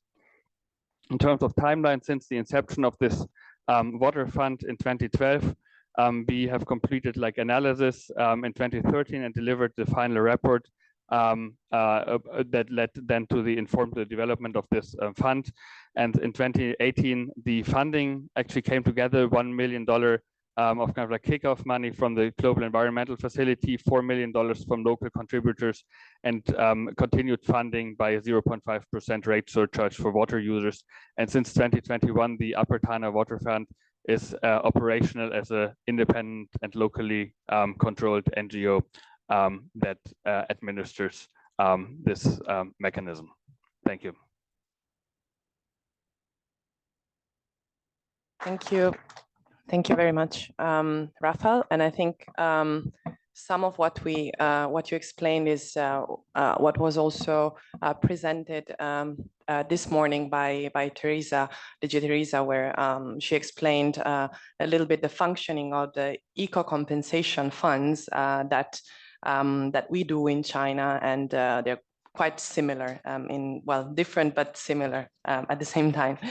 That actually lends very well to our last presentation, which is on ecological valuation and compensation mechanisms. We are taking you to the Kubuchi Desert in Inner Mongolia, in the People's Republic of China. And this will be presented by Dongmei Guo. She's an environment specialist here at ADB, my colleague working on a range of topics, including climate risk assessment, and also eco-compensation and mechanisms, and also closely collaborating with the Ministry of Environment and Ecology in the PRC for our technical assistance programs. And Dongmei, floor is yours. Thank you very much, Sylvia. Great pleasure to share our case with the Stanford University team. Yeah, I would like to introduce our team. This is based on our TA project. We just finished. We spent 2 years. We started from Qingfeng and also supervised by Tom, and we involved so many excellent experts. Actually, Ouyang has been worked closely with our Stanford University as the co-team leaders with Robert Costanza and also Manjin on green finance. We also have Chinese Academy of Environmental Planning. We worked together with them for many years, started by Qingfeng, and I follow up with them, and we share our ADB National Lab, but they think about whether it's their responsibility, because for the natural capital is so broad. At the very beginning, they cannot not take it as their responsibility, because here we have a Ministry of natural resources. If we only call the natural capital, it might be beyond their responsibility, but they really can to get this lab concept. So they work together with us to add ecological products. It's also a very famous term under the political agenda of ecological civilization. I think many questions can get answered why China can push the natural capital accounting through. That's because it has been in the natural, in the ecological civilization political agenda. This team has worked together with all our team members, and also TIC ADB has one of partner, actually.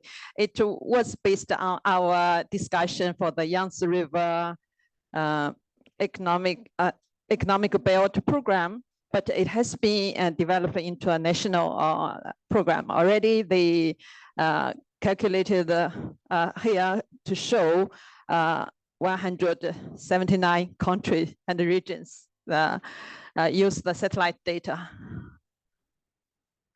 For our TA, actually, the purpose is to do the ecological service accounting and then request compensation from the government to the local and the private sector. So we collected the data as colleagues' questions, use the satellite data, and also the local government support from the agency of the forest and agency conservation, and also the Minister of Finance, Department of Finance. So we also take it as focus on the runoff and the sedimentation contribution, which caused the sandstorm very seriously in some years. And the climate risk assessment has been done to know the trend. But we still focus on the framework, valuation framework. So after this teamwork, we developed some recommendations.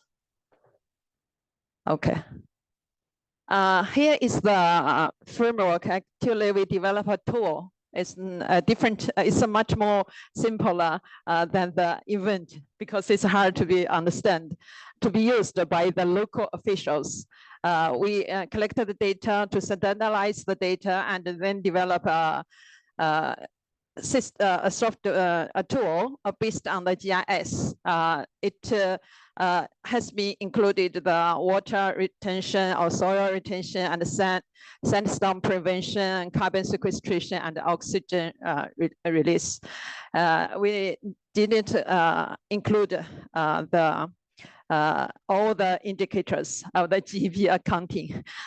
But this methodology based on the National Technical Guideline of China, it was developed by Ouyang's team and also Chinese Academy of Environmental Planning, was released by the Ministry of Ecology and Environment at the national level. So this tool can be used both in the Mongolia or any other cities. All the county level representative has joined the training to use the tool. It's very easy. During the training, they can use it and they can understand. So that's the results. It's just to show the change. The data is, we selected for 3 years, 2000. Yeah, we just to see how the ecological restoration has been changed during the past 3 decades. So I will not go through the detailed data, but we included it. It's automatically produced from the system. Now I would like to share one case. We cannot see it. It's one enterprise's investment and profit. So it's similar. I just hope to show why the private sector be actively invested for the desert economy or compared to the desert. It was discussed in this morning here. I would like to show actually they get profit during the past 3 decades. The yellow column is where the profit comes from. The first column in yellow is medicine material, but the biggest one is land transition. They translate the land from the desert to the agriculture farmland. So they get a lot of profit. The second one, especially in recent years, is from the solar energy sector. So before that, they are still struggling. Every year they will investment a lot of money to keep the recovered land. But the new policy on the solar energy give them a lot of profit. And all the private sectors, including some state-owned enterprises, has been competing to invest the solar energy in the desert land because it's so cheap. But we are also concerned the water availability. So we give the recommendation to them, please take care of the water issue. But according to our assessment, in the desert, in this Kubchi desert, the water, groundwater has not been changed. Yeah. So by the way, we are working on the ecotourism. How about the tourism in desert? Actually, they lost a lot of money. Even we think maybe we can earn money, but we need to invest the infrastructure to support the tourism.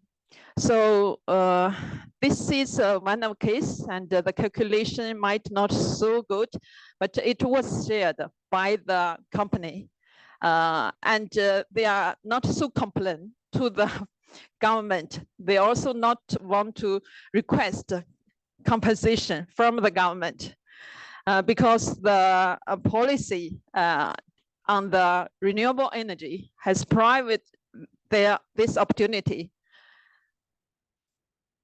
So finally, for the conclusion is our message to take back is what we can do for the desert economy. I think we should consider it's a natural capital, it's a land, it's the most important. We have 27% land is desert. How can we recover it into a land to supply food or supply a better ecological service on and renewable energy? So at least we have this case is successful. 1/3 of the desert was recovered during the past 3 decades, and it was leading by private sector, not by the government. So for the private sector, they have established their own fund, but our team developed a team. Yes, it's the last slides. We proposed a green development fund. The sources might from the profit of the solar energy and also carbon as a carbon sink, and they should support the continuously ecological restoration. At the same time, we try to recommend the Chinese government or the neighboring provinces to compensate the desert area because they prevent the sandstorm. So as the final conclusion is we hope to tend to the valuation and management of the ecosystem into a common asset trusts. That was also the suggestion from our team.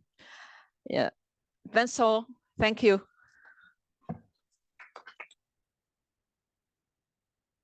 Thank you, Dongmei. And I think we are running a little bit late, which is not entirely our fault, but also the sessions before.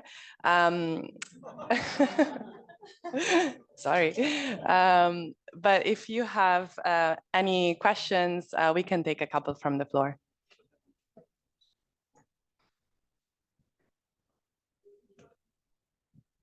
Hello. Yeah. I am from Sri Lanka, representing the Ministry of Finance. Actually, this natural capital accounting system in such a country like a developing country, it can easily manipulate because sometimes it can be compare, but when individually when we evaluate, it is can easily manipulate and sometimes interpret the people what they want. That's my problem. There is some solitude method to interpret it, and then we normally call green accounting, green taxation, like green thing. But the problem is there is no transparency in this evaluation. That's why I asked, can you have question answer for that? Okay, so the question is about how to increase transparency in the accounting and I guess also assessment process for specific projects, but also more at a national level when it comes to data availability. And who would like to take this on? It's a difficult one. Yeah. May I? Okay.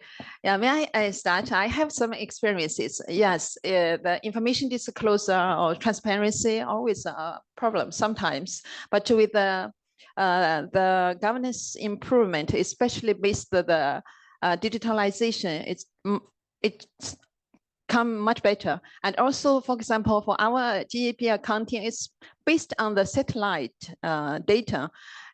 Everybody can see whether the desert ecosystem has been become degradation or recovered. So at least some data might not be, statistic might not be so timely, and you can request to the government, if the government didn't disclose, but usually this data should be disclosed to the public, especially for ADB. We not use any data cannot be disclosed to the public. So I think that's my experiences. The technology will change the transparency of the government, then we can do a better job. Thank you. Okay, so yes, we have another question. Hi. I think it's good. Okay. If I'm not mistaken, my colleague's question was probably not quite about transparency. Correct me if I'm wrong, but the subjectivity of the valuations. I think that's a challenge in valuing natural capital, is we use techniques for valuation and those techniques can be questioned. So how do you get around the subjectivity of some of these valuations?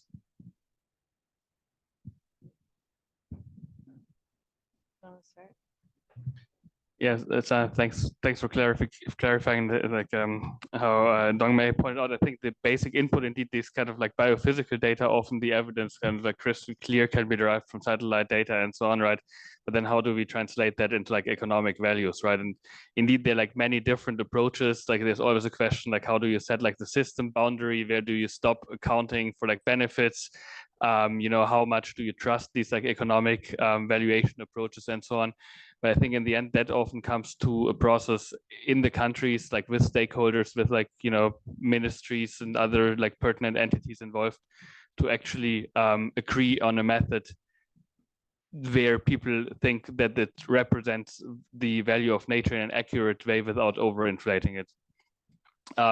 And I think that's indeed like this like valuation part is where we need probably have the most need for kind of like really tailored solutions for each country that, you know, reflect what people kind of like also perceive as like the values of nature. I know. And if you want to.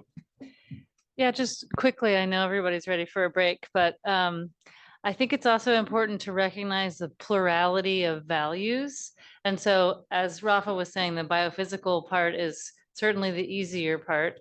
And then if we have open source, transparent approaches, then it's easier to decide whether or not you trust the economic valuation, and then also to recognize that economic valuation is only one thing. Like Jess showed examples of looking at the number of vulnerable people who may be impacted by a particular decision. So elderly people or people without monetary resources, et cetera. And so to think about valuation, not just in terms of economic valuation, but many other ways of valuing, and then to just be really clear about what metrics are you using. And that's in part why I think natural capital assessments and the flexibility that's provided by assessments are useful for piloting things. And then ultimately, once there's some buy-in, then it might make sense to try to formalize into accounting processes. I add to that too. I think it's also important to, through local engagement, identify the values that also matter in the first place to then define the methods that should go into the valuation. So that's where the co-production of knowledge is critical, which enhance buy-in. But also to say a word, I think that there will always be an element of subjectivity to it, because even if you have to translate biophysical into monetary value, there is a social aspect to it, and economics is a social science. So of course there is going to be a social element to it and also a subjective element to it. But it is important that perhaps the more pilots we have on the ground, the more lessons we learn, and the more we learn how to learn not to use some of the methods which have more biases maybe. So that might be helpful. Any other burning questions? Yeah. Takeshi. Thank you. Burning or not, I know. Thank you, sir. I mean, very good point. While I was listening, I was thinking how long it took to come up with this GDP accounting. Probably when it started, I mean, it must have been quite chaotic, and it's probably hundreds of years ago. And but we kind of know that the current, this economics, accounting is not perfect. We have pollution, and I'm agriculture sector person. So we are using a lot of water, which is not properly valued. And we are using a lot of soil nutrition, which is not valued. So we are missing out something which we have to take care of for future generation. So possibly, I mean, this kind of tryout is very, I think, meaningful in a sense that we just discuss where we can, add value to what we have now. And maybe step by step, this kind of discussion is, I think, important step. Yeah. Thank you.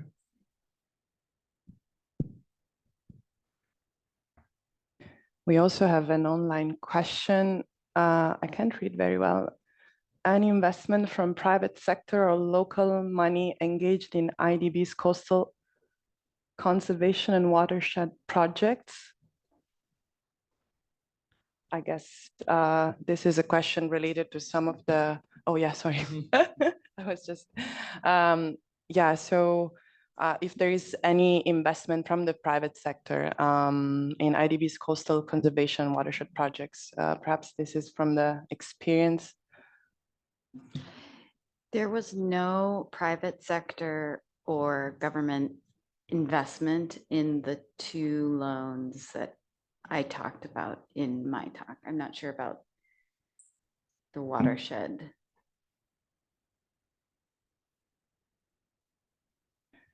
Okay, so I guess we are really running short of time. Do we have time for another question? Maybe no. Okay, so yes, that was the that was the answer that I needed. Okay, so very interesting session, and thanks again to all our panelists. And of course, what we learn, I think, is that it's not easy to come from a theory to applicability of concepts that are still under development, from the assessments to the accounting, which is something that really develops over time. I think GDP was developed in the 30s, right, after the Great Depression. So it took some time to get to where we are with the GDP, and the GDP is not perfect as well. So I think what we learn is that with these sessions and with the knowledge that we have and the pilots that we have, we can really bring this concept to a stage that is maybe more standardized, and we can all learn from the lessons from the different regions and countries that that have piloted some of these. And so it is possible, and it is possible to translate this not only into economic and financial values, but also values that matter to people. So thank you again to all our panelists. And the next part will be on the pilot case studies, but I think we probably need a short break. Thank you.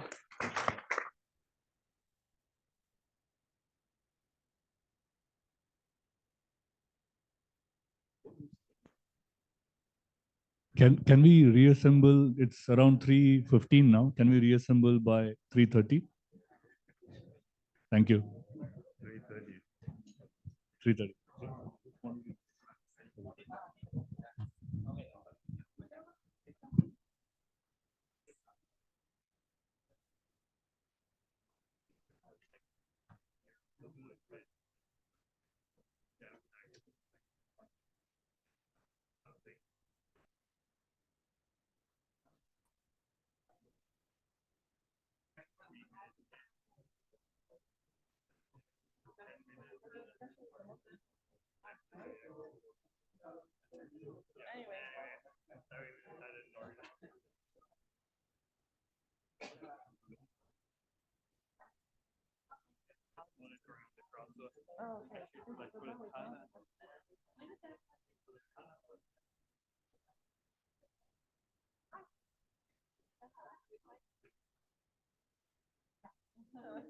She's very busy, so the Chinese CAEP,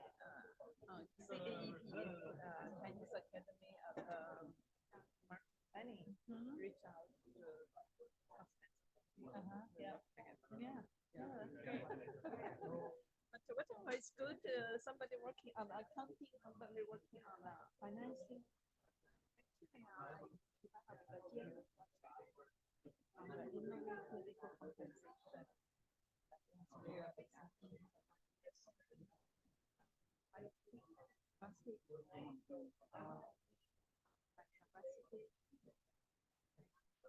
We are focused on how to internalize positive and negative market. Also include the EPM accounting or eco-composition. Not only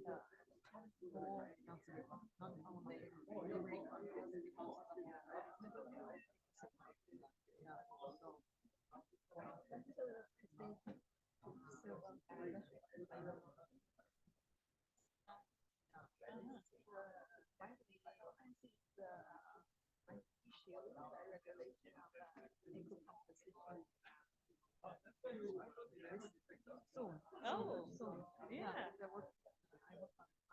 a very small project.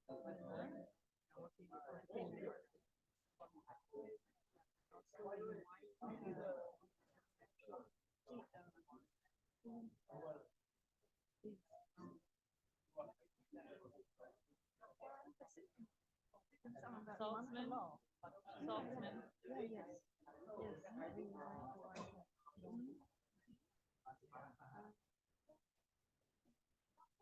Yes. Very influential to all the team.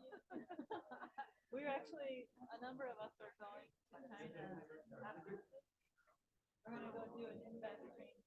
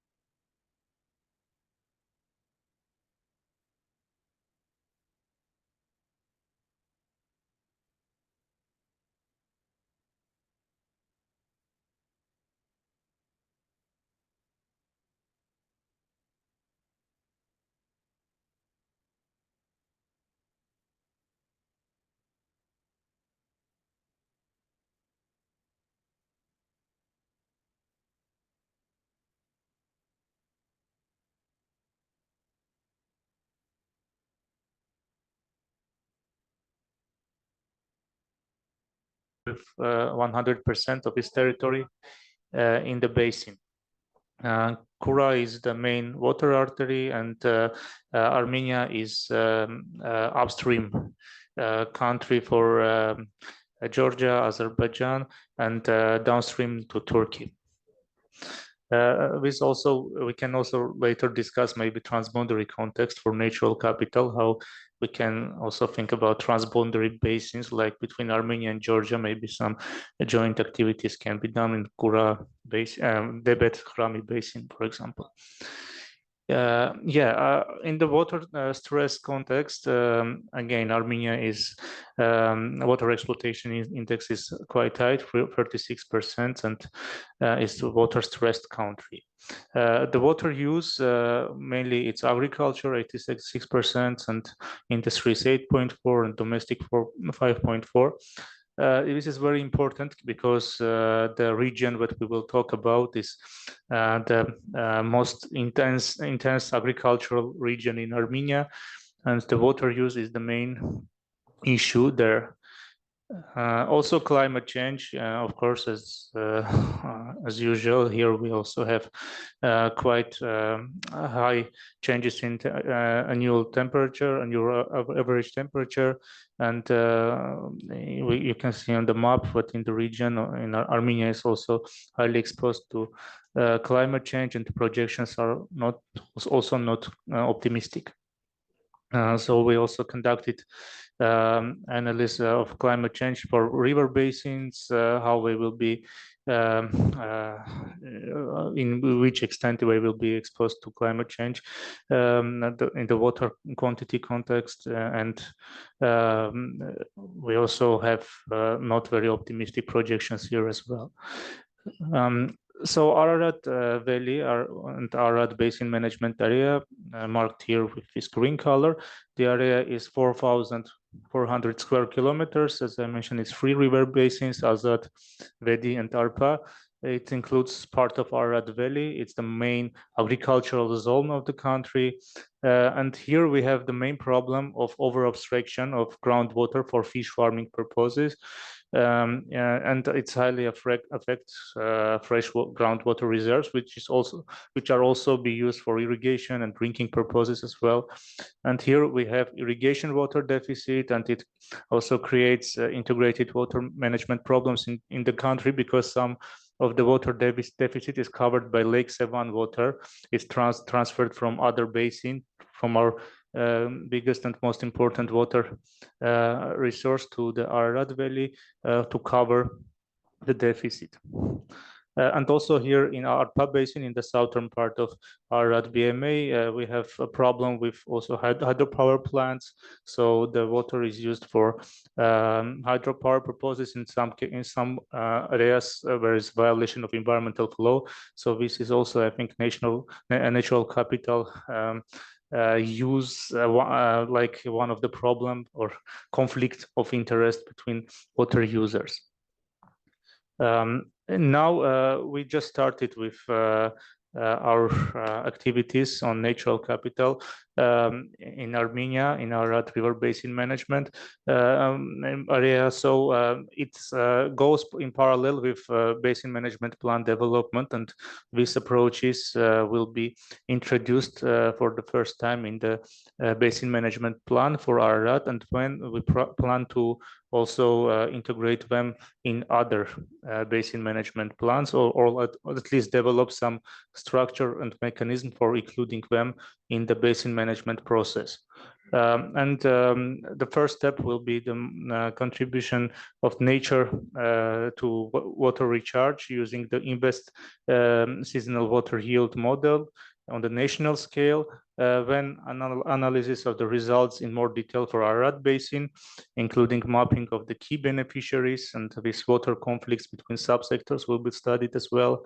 And we will prepare language and context, content like maps, tables, and figures for integration into the sections of Ararat Basin Management Plan. For example, protected area section, which is also very important from water protection perspective. I will not stop here. Maybe which will be discussed in the later stage, because we are just started with this work and it's in the planning process, and it's expected to finalize the assignment and activities between so in April, May 24. Yeah. I think that's all for this moment, and we can discuss later. Thank you.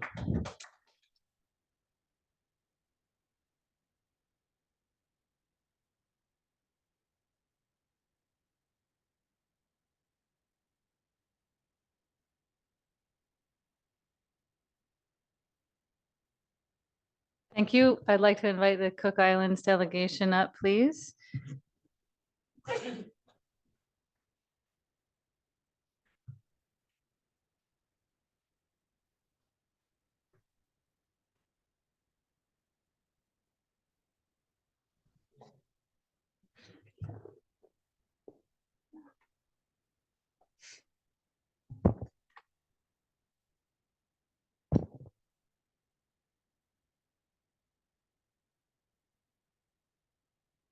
I would introduce you, but I will butcher names, and I think it's better for you to just start. Sure.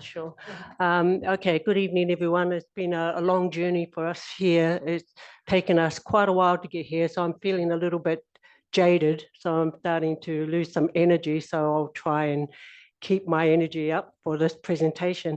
My name is Ana Tira, and I work for the Ministry of Finance and Economic Management. I'm currently working on the Green Climate Fund project pipeline for MFEM, which is an accredited entity. Thank you. Kia ora everyone. My name is Eva Moana Patai, and I work for the National Environment Service of the Cook Islands. I am what you call an environmental compliance officer. Before we start our presentation, we're just going to do a really quick icebreaker. So if I can get everyone to stand up. Okay, if you can reach down, touch your toes. If you can't touch your toes, touch your knees. If you can't touch your knees, touch your elbows. And on three, I want everyone to say kia ora na. 1, 2, 3. Kia ora na. Okay, kia ora na to everyone. Please. Yeah, that certainly woke me up. This is an intergenerational presentation, by the way. So I'm probably the oldest here in the room, and my colleague is probably the youngest in the room. So. Kia ora na is our greeting in the Cook Islands. It means may you have a long life and prosper.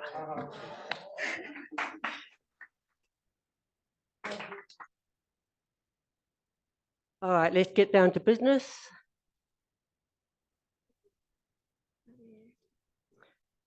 All right. Okay. Maybe I'll just start quickly.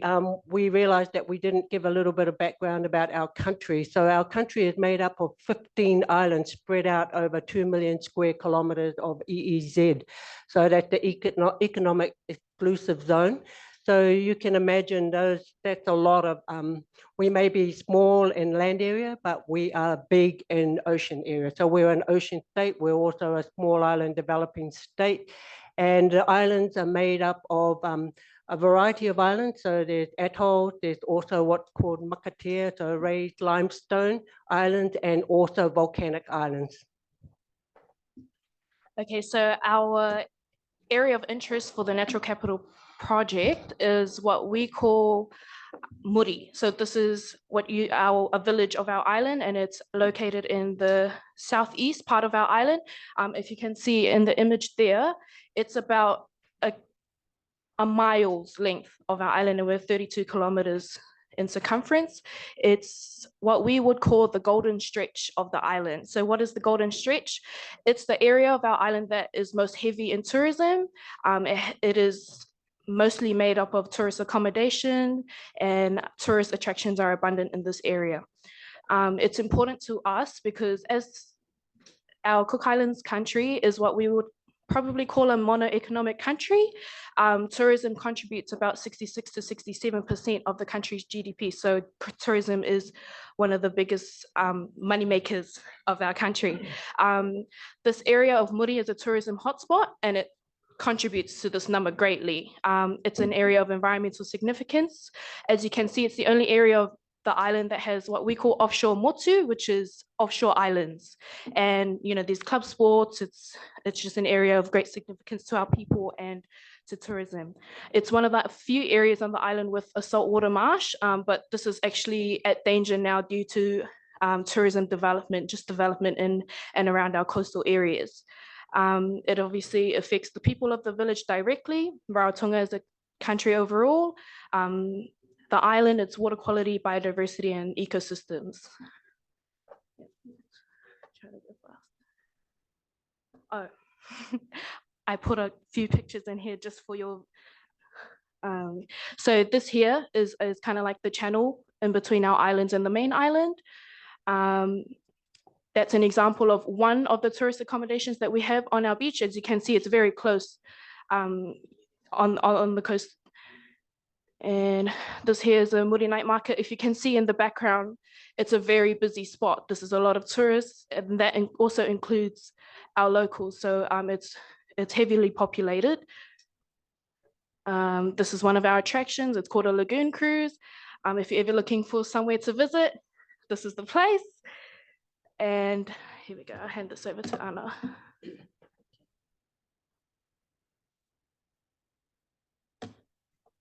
All right, so as Eva has mentioned, Muri Lagoon was chosen as the pilot site for the natural capital project. We haven't started yet, so we're in the process of getting that going. But what's so interesting about this part of the island or Muri Lagoon is that there's been a lot of studies done there. So it's not like we don't know anything about the area. We do know a lot about it. What's interesting for me is I looked through the literature that's available, and there's been very little done on the natural capital. And so there are some issues here because it's heavily populated with tourists or visitors, as we like to call our tourists. And currently in this area, there's old and faulty sanitation. So a lot of the homes, you're using 2-chamber septic tanks, and a lot of them are leaking out into the lagoon. So they're quite close. So most of the development is on the coastal area. The second thing is that there's an increase, as a result of that, there's an increase in nutrient flows and sedimentation. So there is a major stream that connects to the Muri Lagoon, and that provides about 1/3 of Rarotonga's water. So it is an important area in terms of our water. So it's not just about our lagoon area, but our drinking water as well.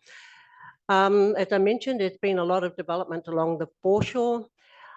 What's really important to note is that the Cook Island people are mainly Indigenous people. So a large percentage of the Cook Island people are Indigenous.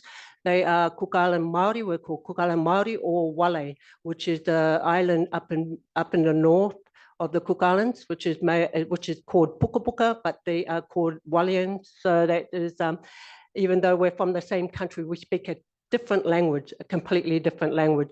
So they're more related to Western Polynesia than Eastern Polynesia, which the rest of the Cook Islands are related to. The other thing is that there's a lack in legislation to give a mandate to enforce. So even though we have the Environment Act, it's not really, it doesn't have, it's not really specific. So it needs to be reviewed, and it's currently being looked at to be reviewed and updated.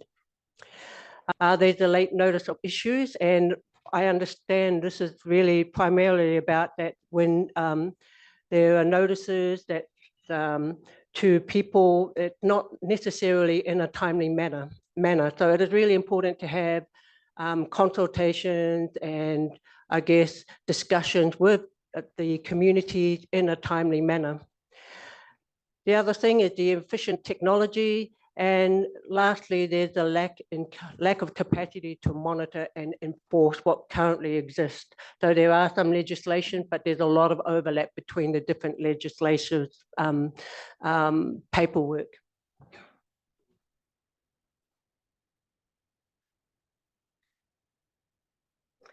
Okay, I think I've just wasted my time on trying to get there. Okay. All right, so some project scoping lessons from the Cook Islands. This is based on different projects that we've had throughout the Cook Islands. And there definitely is a need to shift thinking. This was also mentioned this morning, to bring the nature part back into the forefront. Now, our ancestors, the indigenous people of the Cook Islands, they used to have it before. And this is really awesome to try and revive that and bring it back in, to bring nature back into the forefront.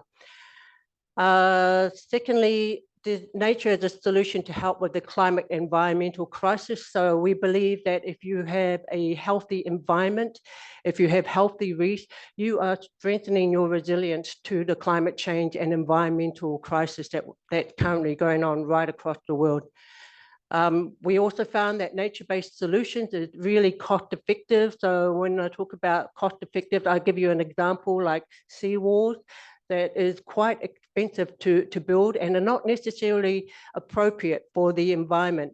So I think somebody mentioned it before in terms of rehabilitation. Something that immediately comes to mind is planting in the coastal area is probably a good way to help with the climate change, the sea level rise, etc., etc. We feel that this project presents an opportunity to demonstrate the benefits of investing in nature to ensure resilient ecosystems. We also feel that by investing in nature, it will generate both financial returns and environmental benefit. There's no doubt about that. That will be a double whammy approach. It will also help us quantify what will be lost. It's not about what the financial returns and environmental benefits are, but also the loss if we don't invest in nature. And lastly, this project will be able to demonstrate the value of natural capital investment. So it's not necessarily, and I've heard this before, about the money. So we all have different ideas of value. It could be the intrinsic value, the inherent value, those sort of things too. I don't know how you put a price on that, but some things are just priceless, simply priceless. So the entry points, I work in the Ministry of Finance and Economic Management. While the budgetary process, one of the good things about working with MFIM, we work right across the entire government. So we know our ministries, we know our departments really well because of the budgetary process that we have to go through every year. Awareness and education mechanisms is so extremely important, the communication, and I'm running out of time in establishment of financial mechanisms and also to protect, conserve nature, and also lastly, policy and legislation. Just quickly, in the image behind the text, you can see that it's quite black in the lagoon. So I just wanted to point out that that's actually a result of sedimentation and the faulty sewage systems, where back a few years back, we had what you would call a big algae bloom, which essentially affected this ecosystem area. Oh. So for the project's next steps, what we think applies to us is we definitely need to strengthen our legislation and policy. As mentioned before, there's a lack in legislation to give mandate to enforce. For all our agencies present in the Cook Islands, we need capacity building and training. You know, we need to train the trainers to be able to carry out this project.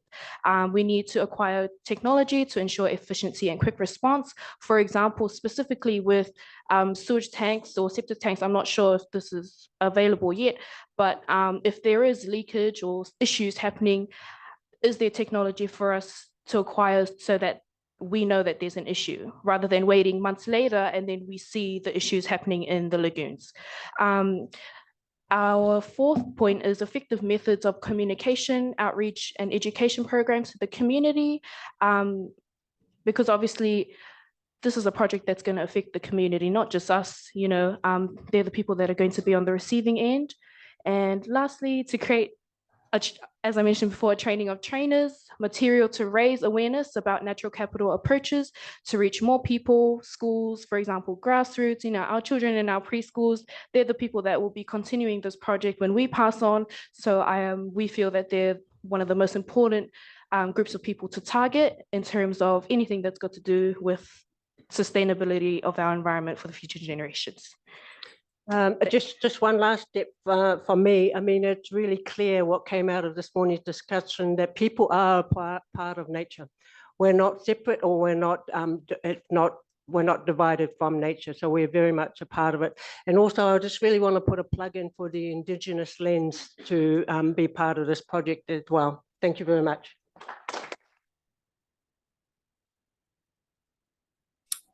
Thank you, Eva and Anna, our multi-generational team.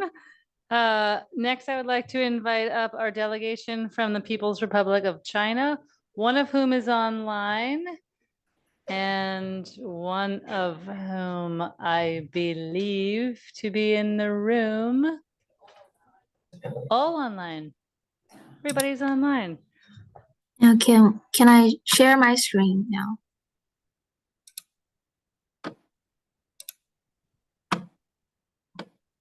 Okay, so please tell me if you can see my slides. Yes. Okay, great. Good afternoon, everyone. It is notes mode. Oh, here we go. Okay, good afternoon, Great. everyone. I'm honored to be here today to share with you some of the progress in exploring natural capital accounting by the Ministry of Natural Resources of China.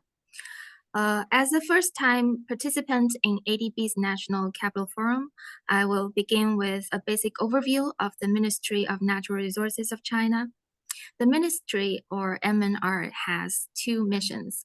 One of them is to manage the state-owned natural resources, and the other one is to control land use and ecological protections and restorations.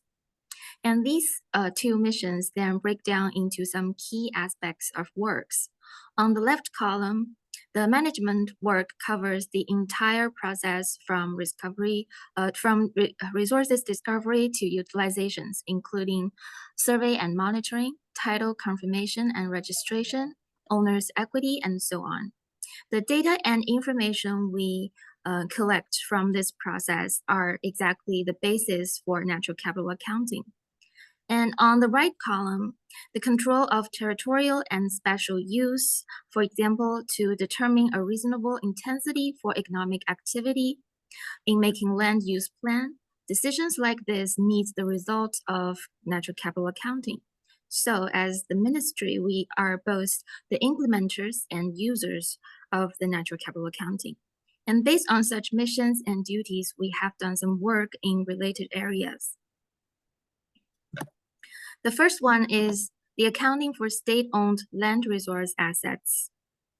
The land account has the highest priority because in order to avoid double counting, we have to know what the land account looks like before we can create account for forest and grassland and etc. So we did this pilot accounting during 2019 to 2020 in 2 provinces and 4 cities.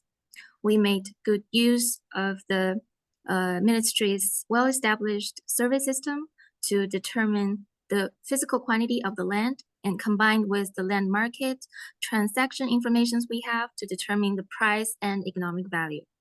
After this pilot work, the ministry published and implemented the first code of practice for state-owned land resource asset accounting.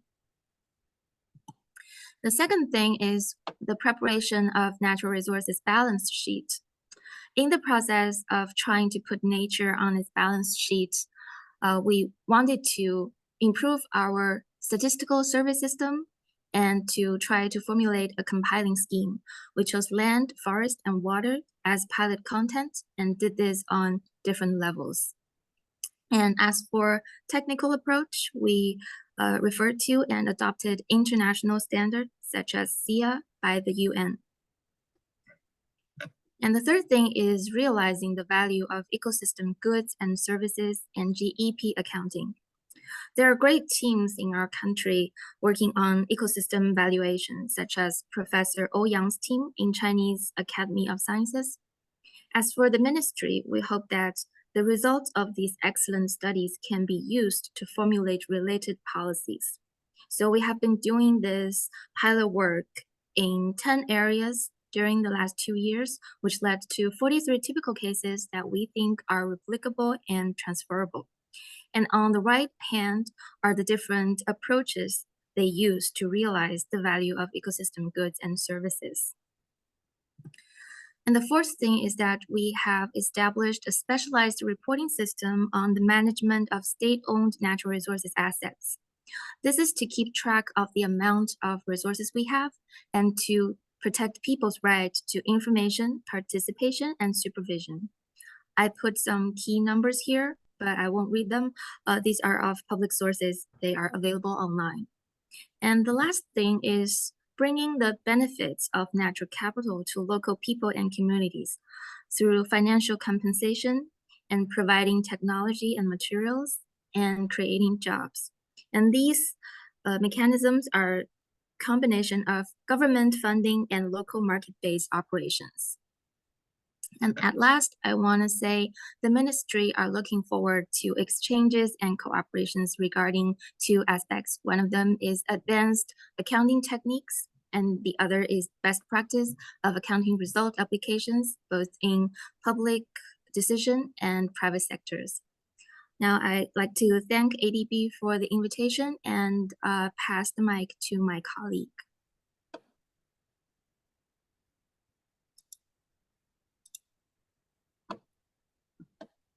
Well, Mrs. Niu, my colleague, is she online?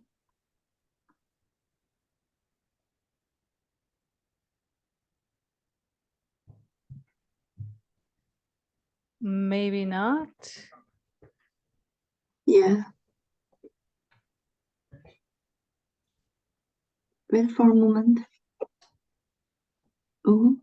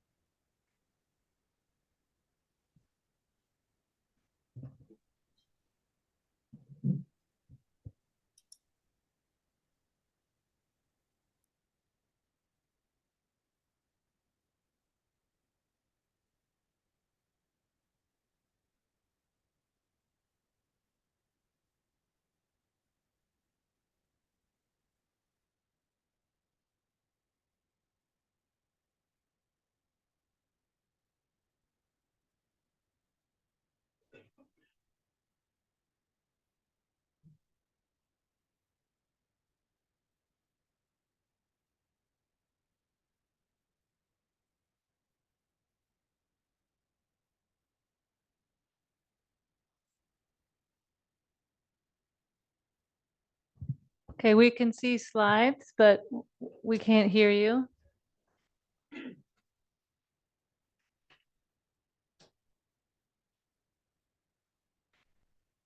Looks like you're muted.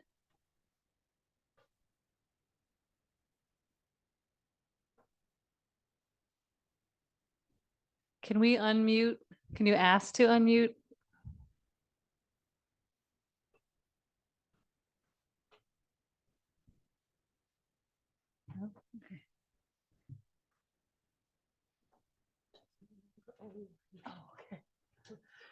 Okay, she's no longer online.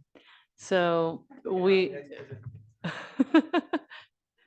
yeah, I think what we will do is to move ahead to our delegation from the Philippines. May I please invite the delegation from the Philippines to come join us?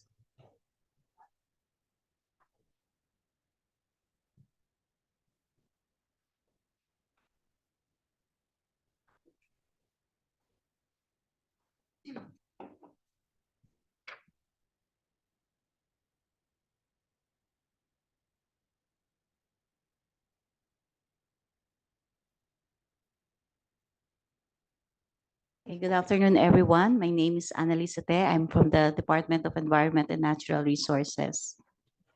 So my focus of presentation would be to share where we are in terms of our efforts on natural capital accounting relative to the ADB project. I understand we're still in a very initial preparation, so we cannot report much on it. Yeah.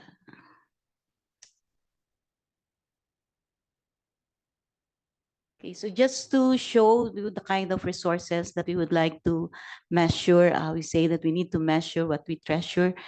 First, in terms of our forest, we have about 15 million hectares of forest land, and about 7 million hectares are considered as forest cover.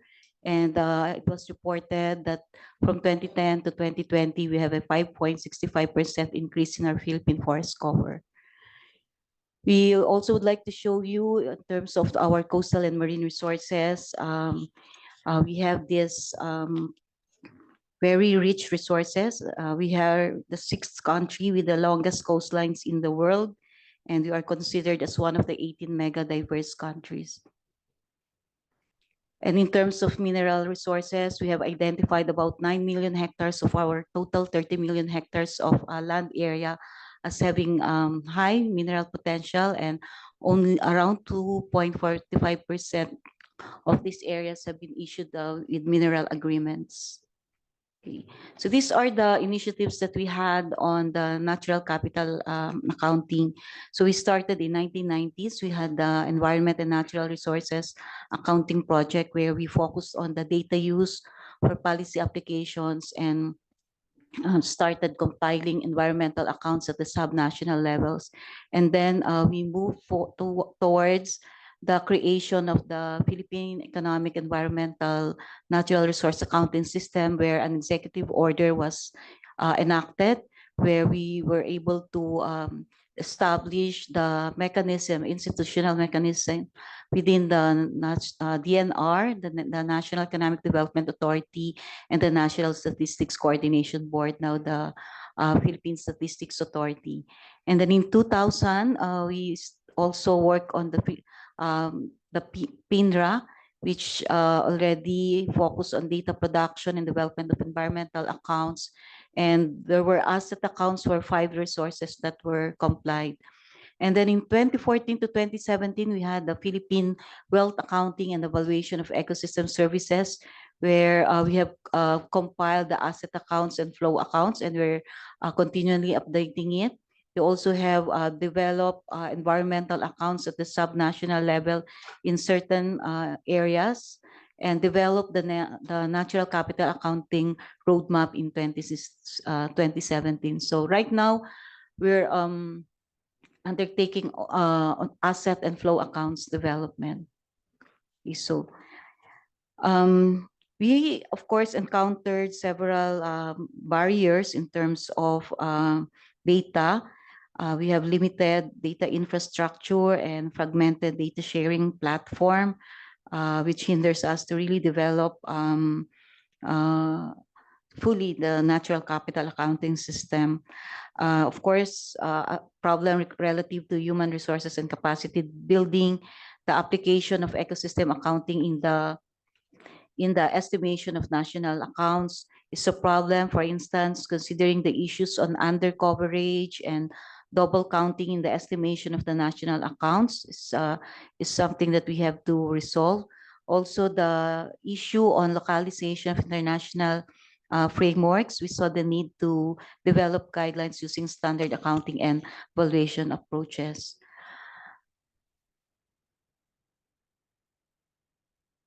We were able to formulate our roadmap, where we delineated the key activities, notable outlines, and anticipated outcomes. And we would like to really achieve the integration of NCA in the ecosystem service valuation into government planning, investment decisions, and policy formulation. Our roadmap consists of these components: development of accounts, the calculation of the indicators, macroeconomic indicators, policy use and application, data management systems, capacity development, and dissemination. So just to show you that this is our implementation structure, the broader mechanism is the National Economic Development Authority, where the Philippine Statistics Authority is attached. So there's the PSA serves as, in terms of the data producers, accounts compilers, and users of accounts. We have identified how they interrelate with the other agencies.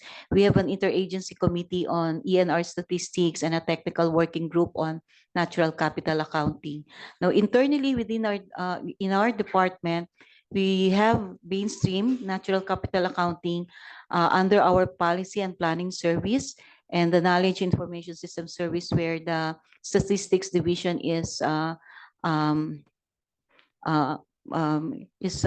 part of, no? And we also have a technical committee on statistical coordination and concerns.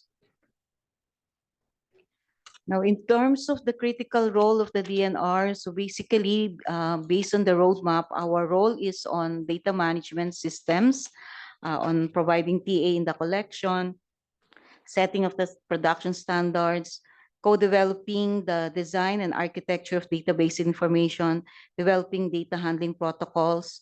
In terms of compilation of site-specific ecosystem accounts, so we're in charge on the methodologies of data generation, on capacity development, on conducting the programmatic training, and reviewing and updating the knowledge management materials.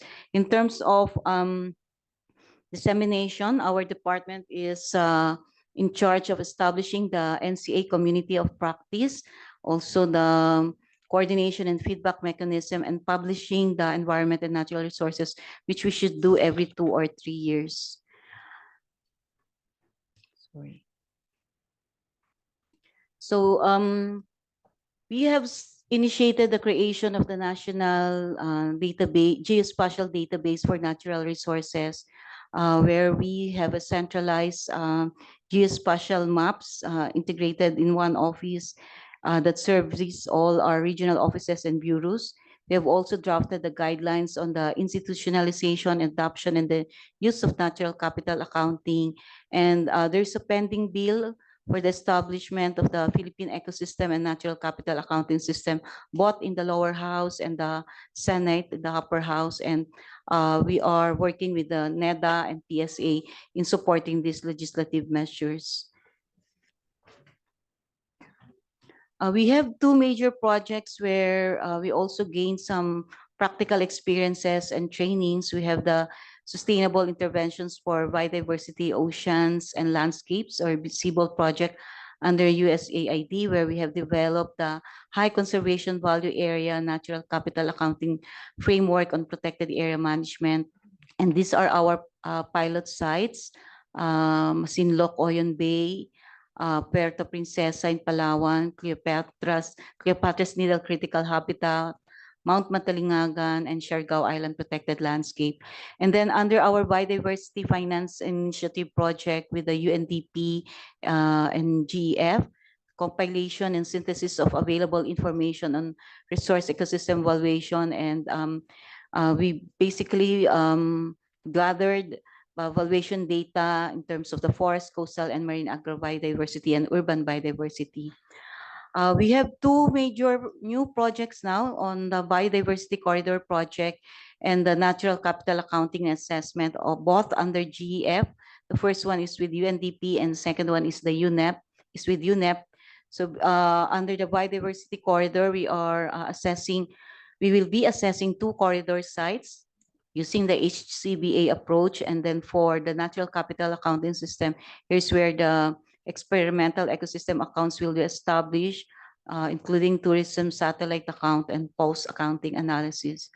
So in terms of the project, together with, we hope that we'll start with ADB. These are the opportunities on mainstreaming NCA, coming up with a common and systems-based platform, scenario-based planning along specific risk horizons, providing real insight for planning and financial decisions, including operationalizing the integrated water resource management, innovative payment scheme, and environmental loss and damage accounting and reporting. That's all. Thank you.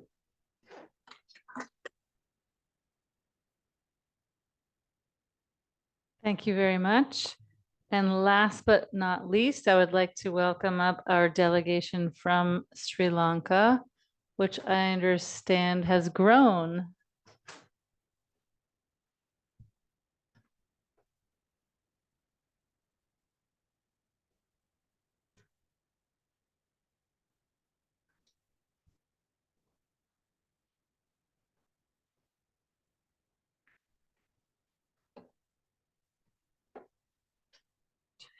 Yes.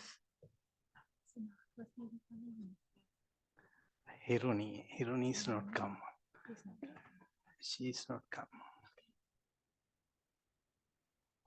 Yeah, my presentation is available.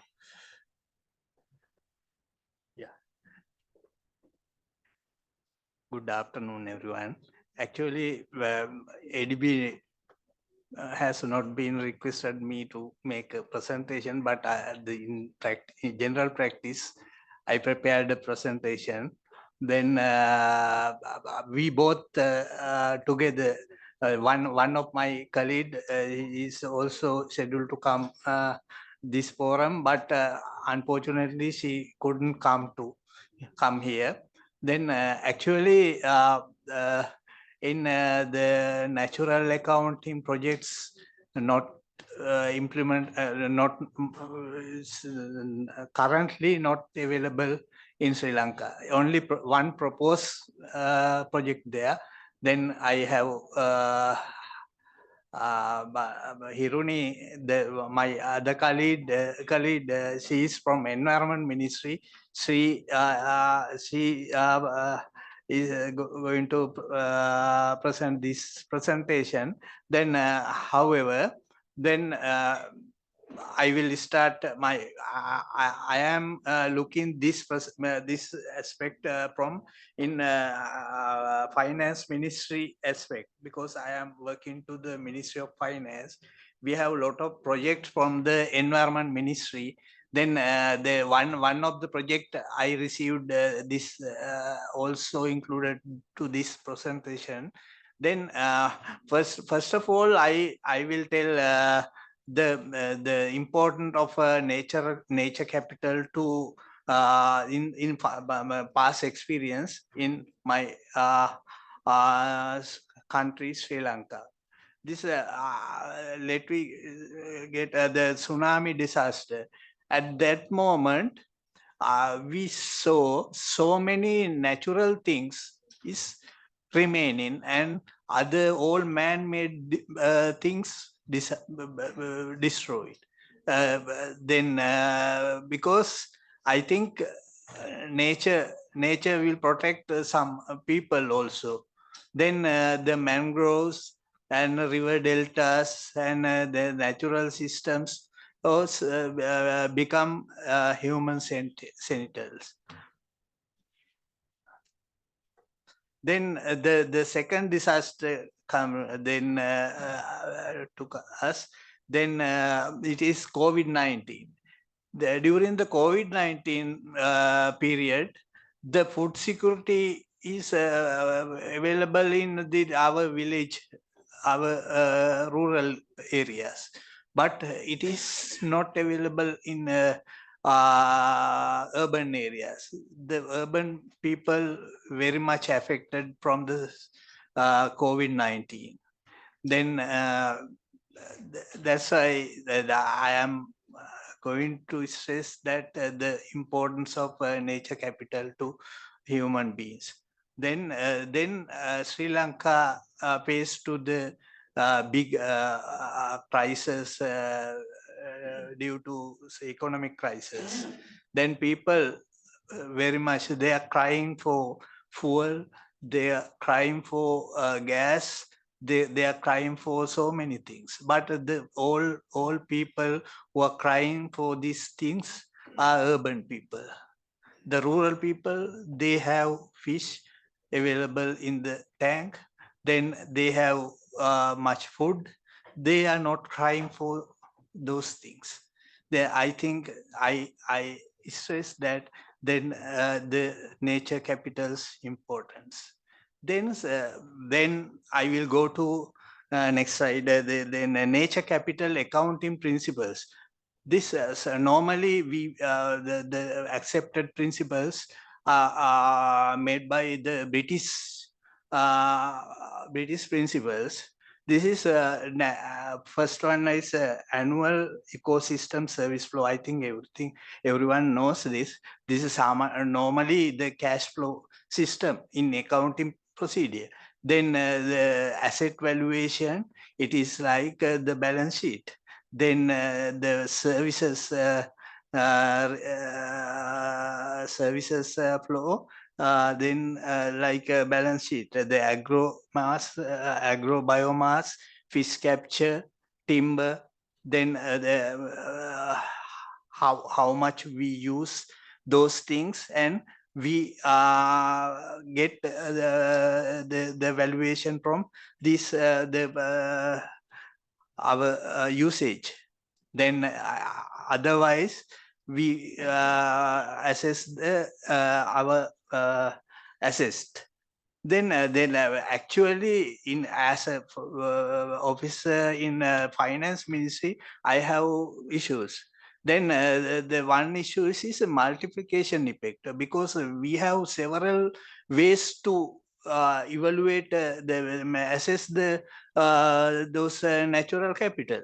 But the problem, there is something duplication or triplication effect. Then this is the problem. Then there's sometime we have no accepted standards for qualitative calculation. There is some even there is some qualitative difference between each assessed. Then if we say fish is available in some time, this some in domestic fish and foreign, then some man with some foreign culture, then natural, like this. Then there is some difference between their values. Then different principle gain different the results. This is also a problem. If we use there is so many principles, we can use those principles, and we have different results. Then actually the regional, if this is in global stand, I call we will make standards for the global. More it is very difficult. If we make standards for regional level, it is so good. I think if we get the Middle East, if we separate the areas, we will get those standard. We will set those standard. It's very good because it is very easy and practical. Then that's why then the actually the lending institution, the like ADB, I think ADB gives us very good things. I always follow ADB guideline in when project evaluation, for project evaluation. Actually, if ADB produce very good product to measure this green accounting, it's very best thing, because everyone can use this. Then I think I make my presentation for 10 minutes. That's why it is so little. Then the benefits to developing countries, including Sri Lanka, we can get more benefits from if you make very good principle for the green accounting. Like we can if we can assess, we can give some value for our tourism, our products, and unique value. Difference with the other countries, some value you can get. Then our tourism can promote, the other services can promote. Then many benefits we can get to develop this green accounting principle. Thank you. I think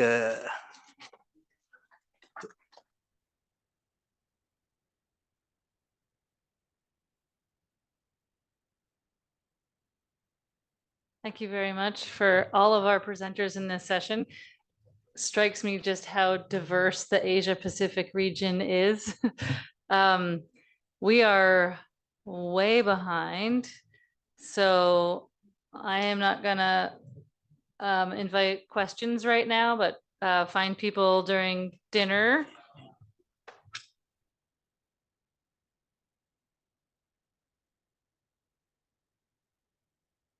All right, everybody, hold on to your seats.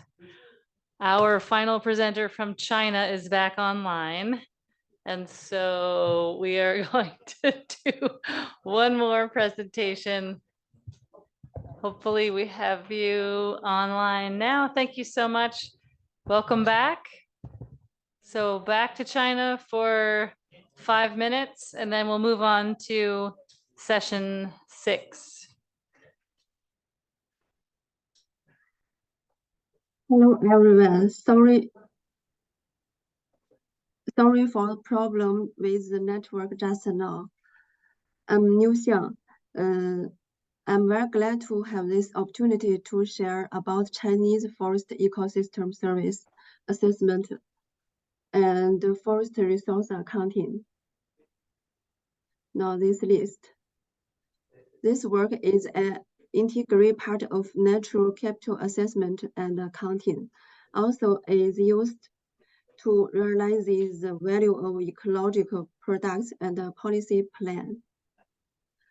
Now, the method, 3 data sets used to couple to assessment and accounting, including national forest inventory data sets, ecological monitoring data sets, provided by Chinese Terrestrial Ecosystem Research Network, which conducted and management by National Forestry and Grassland Administration.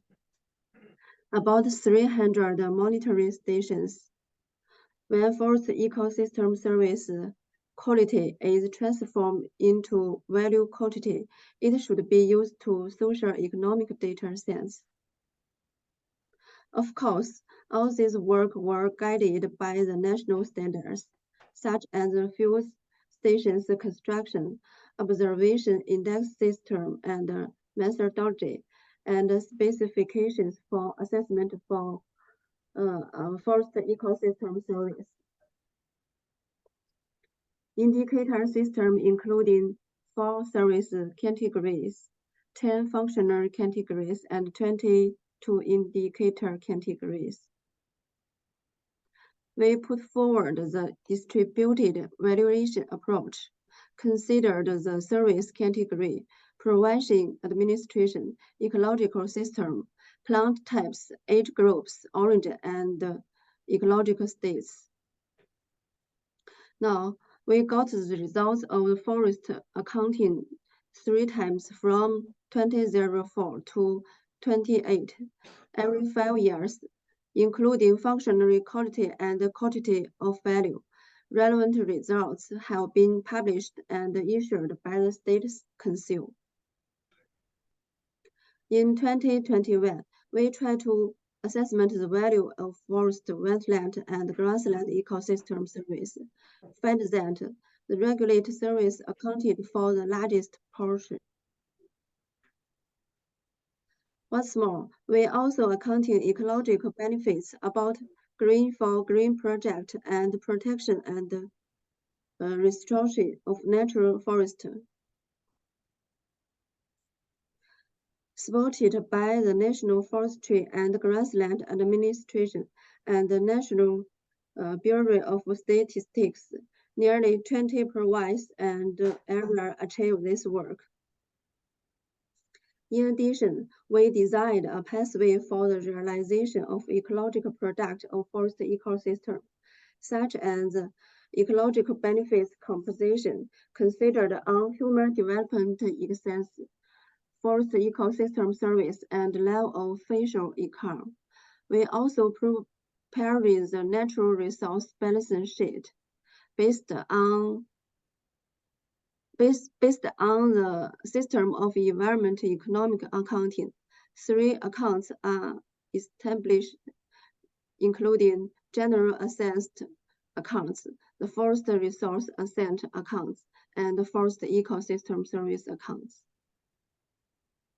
The above are some of the tasks that our research in natural capital accounting Now, next steps may focus on forest, wetlands, grassland, ecosystem service assessment, and accounting in different scales.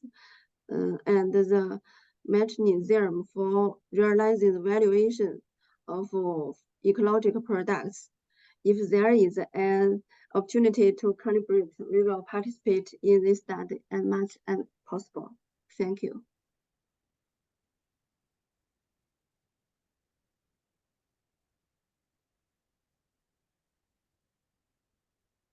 All right, you all are warriors. And believe it or not, we're just rolling into the next session. Isn't that true? Okay, but you don't have to hear from me because I'm not involved in the next one. So I would like to invite up session 8. 6. 52.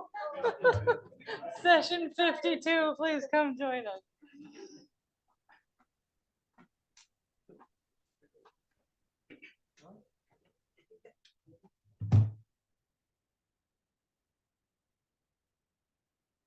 Thank you for setting this.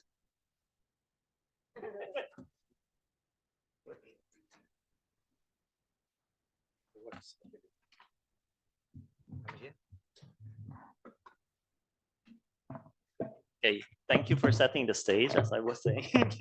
Good evening / afternoon, everyone. We are gently rolling into evening.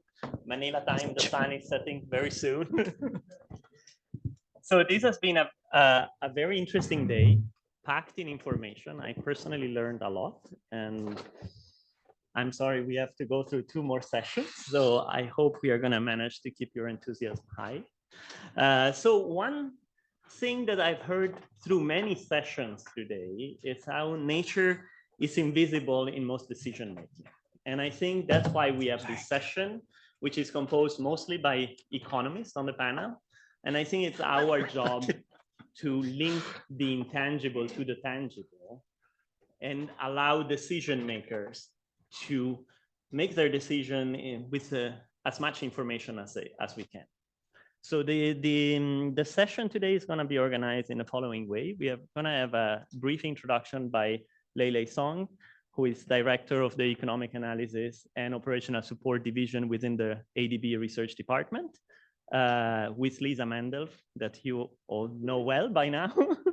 And then I will follow. I'm Martino Pelli. I'm a senior economist in the research department in the same division.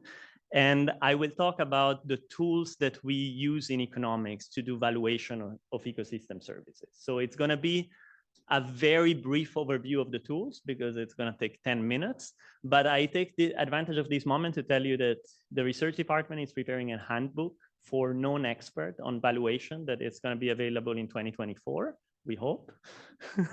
And then after me, there are going to be 2 concrete examples of valuation done for ADB projects. Okay, one is going to be presented by Jindra, who is a senior economic officer in the research department. And the other one is going to be presented by Shingo Kimura, who is a principal natural resource economist in the sector group, and Li Lan, who is an environmental economist in the sector group. So with this, I would give the floor to Lei. Sorry. We are very pleased to be here. And I'm an economist. I think economists probably needs to bring some blame for why we didn't take care of the environment so much in the past few hundred years. So I would be very, very brief. So you might have heard of so-called diamond water paradox. Yeah, water is so valuable. Yeah, the life depends on water. But unfortunately, the price is almost 0, if not the negative, because some countries actually subsidize the use of the water. So water price is negative. Then diamond is almost useless, but it's so much valuable. So this paradox actually was in Adam Smith, the father of the economics, in The Wealth of Nations. Then he tried, and also a generation of economists tried to explain why water is so valuable to life, but yet it's almost a zero price. And then the economists found people's behavior, so-called the decreasing marginal utility. You might not be familiar with this. So when you have more and more of one good or services, then the value of that good or services would decline. So this so-called marginal utility would determine the price. And the water is so abundant, and your use of the water wouldn't affect other people's use of water, at least in the past, several hundred years ago. So this is why water is no price. It's so valuable, yet so not valuable. Yeah. But then now, I think after so many decades, hundreds of years of use, we depleted the natural resources. And water and other natural resources become so actually limited. They are not unlimited as we assumed before. Yeah, because economics assume a natural resource as unlimited. We treat natural resource, natural capital, as constant. So this is why it's not in the so-called production function of economists. We only use human capital and physical capital, no natural capital in the production function. But I think things have changed. So this is why I think this is the importance of the valuation of eco-services. And probably also we need to revisit the foundation of economics, which is marginal utility determines the value of goods and services. So let me stop here. It's very philosophical. Let me stop here. Thank you. Thank you so much, Leile. And actually, I have an apology to make. I forgot to introduce one of our panelists because he's online and I couldn't see him. So Joseph Maria Sengam, he's a senior statistician at ADB in the research department, and he will talk about what ADB is doing in terms of capacity building for ecosystem service valuation. Sorry, Linda, it's up to you. Thanks. So following on Leile from your really useful philosophical start, framing, I was going to give a concrete example of how at the Natural Capital Project, we've used economic valuation paired with natural capital accounting. And I'll go through this quite quickly for the sake of time, but I'm happy to talk to folks separately who are interested in more of the details. So this is an example from Colombia, but I hope I think many dimensions of it will resonate with folks from other parts of the world. And this is work we did in partnership with the Department of National Planning and the National Statistical Agency in Colombia, with support from IDB and the Moore Foundation as well. And this focused on a region of Colombia called the Gulf of Morisquillo, which is on Colombia's Caribbean coast. And they have a regional development plan, this territorial pact that was developed by the national government in partnership with local governments and local communities. And they identified a number of development priorities for the region, some very distant from natural capital, in building digital connectivity, and some very closely linked to natural capital. And one aspect that there was a big focus on was water security. So along the coast, it's a very water scarce area, and getting adequate water is a big problem for households as well as for businesses. And so there was plans to increase a regional aqueduct, expand the regional aqueduct to bring more water from a more water-rich part of the area. And so working then with the Department of National Planning and the National Statistical Agency, which was interested in building out its accounts, natural capital accounts, they had three key questions, which were, how do water-related values of natural capital contribute to livelihoods and the economy today? And then how might that change in the future? How would those values change if that regional aqueduct expansion takes place? And what policies or financial mechanisms could secure those values from nature? And so you can see in the area with the regional aqueduct is on the coast, but the water that flows there comes from the uplands, which includes the Paramio National Park at the bottom, which is really the highest elevation. There's a dam there that's important source of hydropower, and then a lot of agriculture and ranching lands, some of which demand water as well. And we know from the science and from previous experience that increases in erosion that would come from the loss of vegetation would incur costs for the aqueduct system and the hydropower, and for hydropower production in terms of increased water treatment costs, needing to actually shut down production if sediment levels are too high to avoid damages to the infrastructure, and decreased energy production from filling of the reservoir. So we combine both natural capital accounts and assessments here to answer the question, that first question of how do water-related values of natural capital contribute today. We use this as a pilot for developing the UN SEA system of environmental economic accounts, ecosystem accounts, specifically focused on ecosystem extent, and then the ecosystem service of water quality regulation linked to sediment. And we quantified then the benefits of sediment retention using INVEST to the hydropower facility and the water utilities in terms of both biophysical and monetary values. But to answer that second question about future values, we have to go outside the official natural capital accounting framework. And this is where we did a natural capital assessment looking at that future scenario of what would happen if the aqueduct system is expanded. And we use the same data and methods that were established for the natural capital accounts to evaluate this future scenario. Very briefly, what we found is that the current value of sediment retention is about $90 million per year for hydropower and $8 million per year for the aqueducts. And to put those numbers in context, that's several percentage points of the GDP for this region. And then the value of the current ecosystems for aqueduct expansion would actually double under that scenario of aqueduct expansion because of the increased withdrawals and therefore increased savings on water treatment costs, avoided shutdowns, and so forth. And one powerful thing again about these approaches is that they can be spatial. And so we have maps then in the watershed supplying the aqueducts and the hydropower facility, where are the highest value areas today? So where are the forests and riverine ecosystems doing the most to keep sediment out of the water and providing those cost savings? So with this information, the government was interested in exploring different policy and finance mechanisms, and they're currently considering such things as a government-supported payment for ecosystem services program for forest protection in and around Paramio National Park, as well as the potential deployment of water user fees to support conservation of key ecosystems. And again, all of this driving towards what we hope is securing and enhancing natural capital for both benefit of nature and people. I think 3 quick takeaways.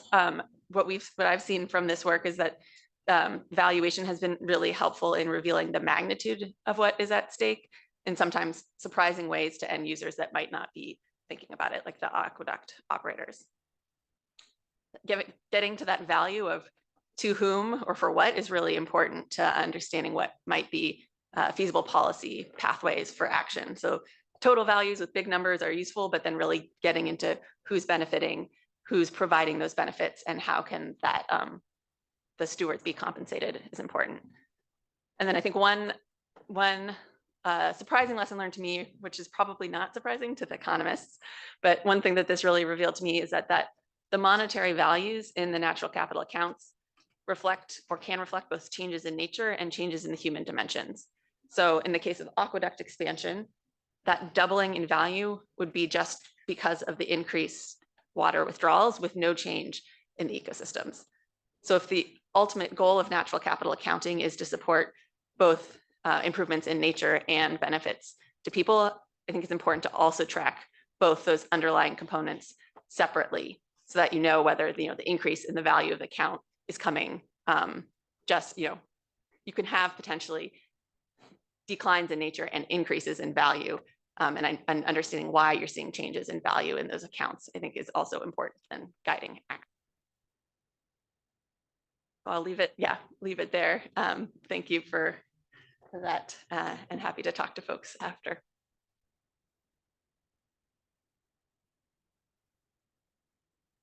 Thank you so much for the introduction. I think it really set the stage for the rest of the conversation. So we, differently from what you have in the program, I think we are going to start the session with Joseph and what ADB is doing in terms of capacity building for eco-service valuation. And Joseph is online because he had to leave on Sunday, go to Thailand. So hi, Joseph. So do I, can you hear me? Yes. All right, perfect. And do I share my screen? I think you can go ahead and share your slides. Okay, give me a second. Or actually, no, your slides are up. I cannot see them. If they are up, I cannot see them. All right, so who's going to be moving the slides? Say when and someone is going to move them. All right, okay. Thank you very much for this opportunity to talk about our capacity building initiatives related to ecosystems and environmental accounts.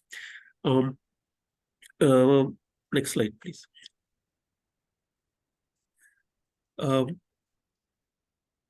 So basically, what I have seen is that many of the presenters so far have already alluded to the various economic and environmental accounts and ecosystem accounts that are in place, the systems that have been set up, or the concepts and methodologies and so on. So I will not get into the details. However, what I would like to underline here is that from a statistical framework development and capacity building perspective, what ADB does currently is doing is to help countries to develop or enhance their system of environmental and then economic accounts, as well as other accounts that will be supporting the economic analysis, as economic as well as environmental analysis. Next slide, please. So there are a number of parts to this presentation. So I will not actually go through these because from what I see, the previous presenters have already touched on these ones. Next one, please. Next slide. Yeah, keep going. Next. No, next slide. Yeah. Next. All right. Okay. So given that our initiative is to help countries to develop the statistical framework related to the system of environmental and economic accounts, as well as other accounts that form the part of the ecosystem accounting framework. What we also want to do is to extend the data collection as well as the statistical capacity building to extract information from these accounts to produce statistics data, statistics indicators and analysis related to climate change. And what we see is that even though the subject matter is vast, the existing systems, the data that is available as part of these the standard accounting frameworks, we will be able to extract useful information that can provide us meaningful analysis. Next slide, please. Yes. So what we have seen, for example, in our initial analysis, extracting data from the data that the information that we have collected, is that over time that the environmental degradation and impact on environment of human activity as well as emissions have certainly detrimental effect, and that is reflected in the data that we see. Okay, next. Yes, and so as okay, no, previous one, please. Okay, yeah. So so this is an extension to what the standard accounting frameworks that you will see presented in various organizations and statistical offices. So what we are trying to do is basically start with the standard accounting frameworks and then integrate input-output analysis that can help us to understand the environmental impact on of various events, actions and activities, and then come up with an estimate of what is causing emissions, what is causing emission, whether it is well, what is driving emissions to start with, whether it is production or consumption. So well, the details of this framework that we are developing in-house at ADB is given in this slide. Next one, please. Yeah, so we just present a simple example that we extracted from the data that we compiled from Mongolia. So what we can see from this chart is that Mongolia is a net exporter of emission. And we can do similar analysis for a number of other countries that we are working with. And then, of course, we will be compiling more data to augment further analysis. Next, please. Yes, so in terms of concrete capacity building activities, currently we have 2 technical projects. So the first project covers Armenia, their emission accounts, and also Thailand's forest ecosystem accounts. And the second one, we are looking at the environmentally extended input-output tables for Mongolia. And these are certainly huge undertakings that require a lot of data. And we are working with the local officials to collect the data and also provide training to the officials as well as analysts and academics who are interested in using this information for environmental analysis as well as policy making. Next slide, please. So here's an example of the analysis again we did for Mongolia. What we can see based on our model is that 3 sectors: agricultural, electricity, gas and water supply and mining, they contribute to 90% of the greenhouse gas emission. But also they constitute 40% of the GDP that is generated.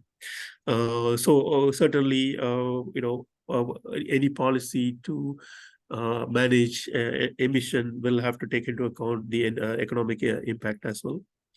Next. All right.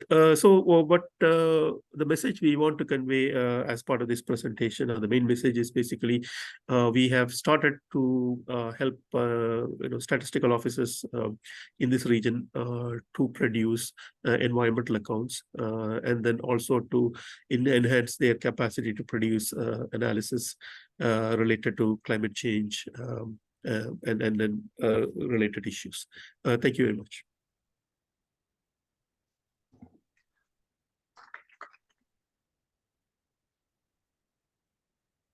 Thank you, Joseph, for the presentation. This is, I think, a fundamental topic. If we have to get better at do natural capital accounting, we definitely need to beef up the statistical capacity, and so this presentation was extremely important. Now, as I said, it's my turn, so I will give you an overview of the valuation methodologies that are used in economics. So if you can put up my slides.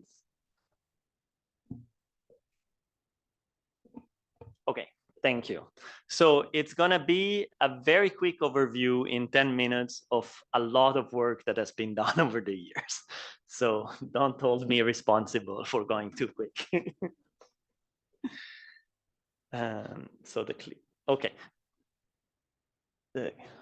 Okay, so I think throughout today, we have realized that ecosystem services are essential for human survival and well-being.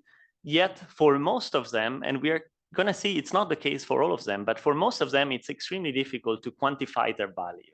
Yet if we do not manage to quantify this value, to put a dollar amount on them, it's going to be extremely difficult to for policymakers to decide how to allocate public spending, how to divide it between conservation, preservation, restoration initiatives, to compare the benefit that we can get from different projects or programs, and to maximize the environmental benefits per dollar spent. So it's fundamental to be able to put a dollar value on these services. And just to give you an idea, Lele mentioned it, and it was mentioned this morning also that everything started already with Carl Linnaeus, but also economists have been thinking about this for a very long time. Already Malthus and Marx in the mid-1800s were already recognizing the importance of nature services. This even before ecology existed and the concept of ecosystem was created. So we, as I said, I have 10 minutes, but this is not new to the profession. That's some story. So we are economists, we want to put values. So how we are thinking about this is usually we measure this with what we call the willingness to pay.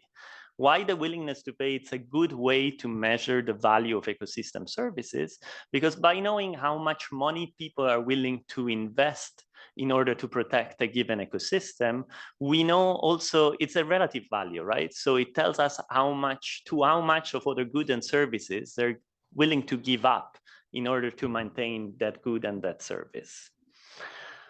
So let me give you just a quick overview of the services we are going to try to value, and then I will try to talk about the different uses we can value, because when we talk about an ecosystem service, we're going to value a specific one. It's a big job, as it was saying many times today, to value the total, to have the total value of an ecosystem. So ecosystems can be broadly classified into 4 categories. So we have provisioning services. So you can think about a freshwater system as providing drinking water, or a forest as providing raw materials and food. We have regulating services. You can think about the forests and oceans as accumulating CO2 and therefore helping in regulating the climate. We can say about cultural and recreational services, for instance, the value of a beach for tourists that go and use this beach. And we can think about supporting services. For supporting services, think, for instance, about a forest allowing photosynthesis to happen, and therefore to produce oxygen that allows life, okay? And these services are very often interlinked and often overlap. So we have to think, if you think about a forest, it's going to provide provisioning, regulating, cultural, and supporting services, okay?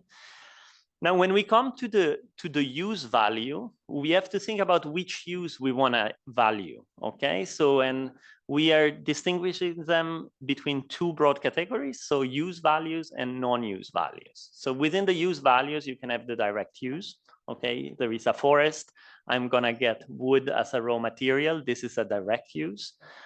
You can have indirect use. For instance, if you think about the grassland in Inner Mongolia and Mongolia, I can look at them in a documentary. That would be an indirect recreational use of the grassland. And then we have option values. I may be attributing some value to an ecosystem service because I may go one day to visit the grasslands. So I'm ready today to pay something to maintain them in case I decide to go visit them. So this is for the use values. And then we have some non-use values. And the non-use values, we have the bequest values. You may be ready to pay for an ecosystem service, not because you're planning to use it, but because you want the next generation to be able to enjoy it. And then we have just the simple existence value. Maybe you don't care about seeing the grassland or ever going to the grassland, but you care about the fact that the grassland exists because they help regulating the climate, they help decreasing the probability of sandstorms, and therefore you're willing to pay some money for this, even if you're never gonna be in touch with it. So this is for the use values of ecosystem services. Now, when we come to valuation methodologies, we have basically 3 main schools. So the first one is the easiest one to think about because it uses conventional market methods. So for some ecosystem services, there might existent a market price, and therefore it's going to be easy to compute the value. If you think, for instance, about a decline in water quality that affects a commercial fishery, and well, the fish is priced on the market, so we can easily compute the value of improving the water quality by seeing how the production of fish will increase, right? This is a market price approach or a productivity approach. Same thing if you have a decreasing water quality and this affects some farmland, well, the harvest is going to diminish, and this will help you in compute the value. The two other methods that I put under the first school, replacement, restoration cost, and substitution costs, are not valuation methods per se, because we are not actually valuing, but we are attributing a value to an ecosystem service by evaluating how much it would cost us to replace it if it should disappear. And we use this cost as a value for that ecosystem. The second and the third schools are those that deal with things that do not have a market and are more difficult to evaluate. So, and the main difference between 2 and 3 is that, as this name says, 2 deals with revealed preferences. So we observe people's behavior, and from their behavior, we try to disentangle the values they associate with the ecosystem service. And 3 instead deals with stated preferences. So we ask people directly how much they value the environment, and then we use econometric techniques to try to disentangle the value they are associating with a specific ecosystem. So I'm gonna talk briefly about revealed preferences, and I'm not gonna talk much about stated preferences, because the 2 examples that Jindra and Lan are gonna present are based on stated preferences approach. So revealed preferences have mainly 2 methods that you would find in the literature. The first one is what we call hedonic pricing. This is usually used with housing prices. So housing prices are good because you have a lot of transactions, and usually you have very good data sets. And these data sets are very complete. So you know how much is the square footage of a house, how many windows, how many floors, how many bathrooms, how many rooms, et cetera, et cetera. And now to this, you can add, for instance, how distant is the house to a forest, how distant it is to a beach. And using all this information and putting it in a regression, we are able to extrapolate how much of the value of the house, how much of the market price of the house is due to the proximity to the forest or the proximity of a beach to a beach. And this will allow us to value this ecosystem service. The travel cost method instead is used generally for recreational services. So if you think about a national park, usually national park accumulate, when you enter a national park, they always ask you, where do you come from? Right? And that information is useful because if we know where you come from, we can compute how much it cost you to get there. And by looking at how many visitors come to the park and how far did they all travel to come there, we can retrieve the value or an estimate of the value they attribute to the park. So as I was saying, I will not talk much about stated preferences methods. So Jindra is going to present on contingent valuation and Lan on choice modeling. So I will let it to them.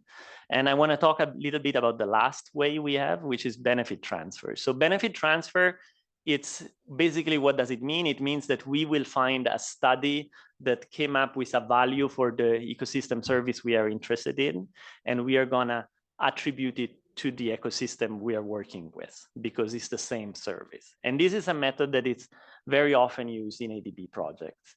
And in order to improve on this, we are actually developing within the research department an ecosystem service value tool.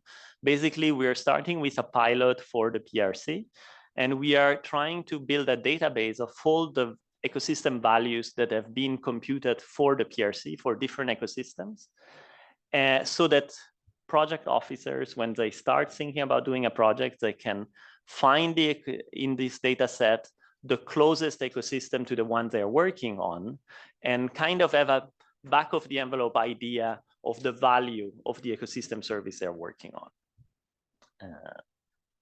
So in conclusion, I think Valuing ecosystem services is vital for balancing environmental conservation and economic development. We cannot escape it. And the methodology I presented help taking better decision. But we have to keep in mind that these are not perfect. So these are estimates, and there are theoretical and practical limitations, especially when we talk about ecosystems. They're very specific to the place where the ecosystem is located, to the people that are living there. So we have to keep all this limitation in mind when we interpret these numbers. But it's still good to have numbers that we can put on these things to help in the decision-making process. And then finally, this is a forum of natural capital. I think this measure feed directly into natural capital accounting. That's all I had. Thank you. So, and now I will hand the mic to Jindra. Thank you, Martino. So my presentation will be about the contingent valuation method.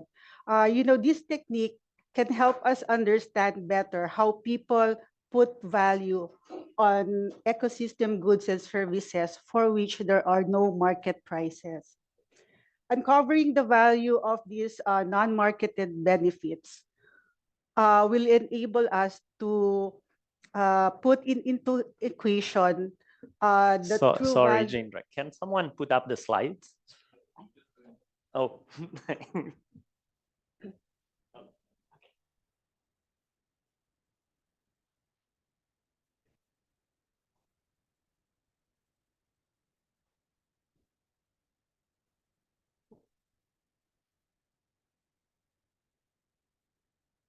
Okay, sorry. So contingent valuation is one of the stated preferences approaches that relies directly asking people's willingness to pay or willingness to accept through a survey. So like any other tool, this tool is not perfect because it highly depends on the context to which it is applied. However, there is advancement and growing evidence on the use of this tool, particularly in the field of welfare economics, as well as now being applied to natural accounting. As you know, the practice of CVM in the bank remained mixed.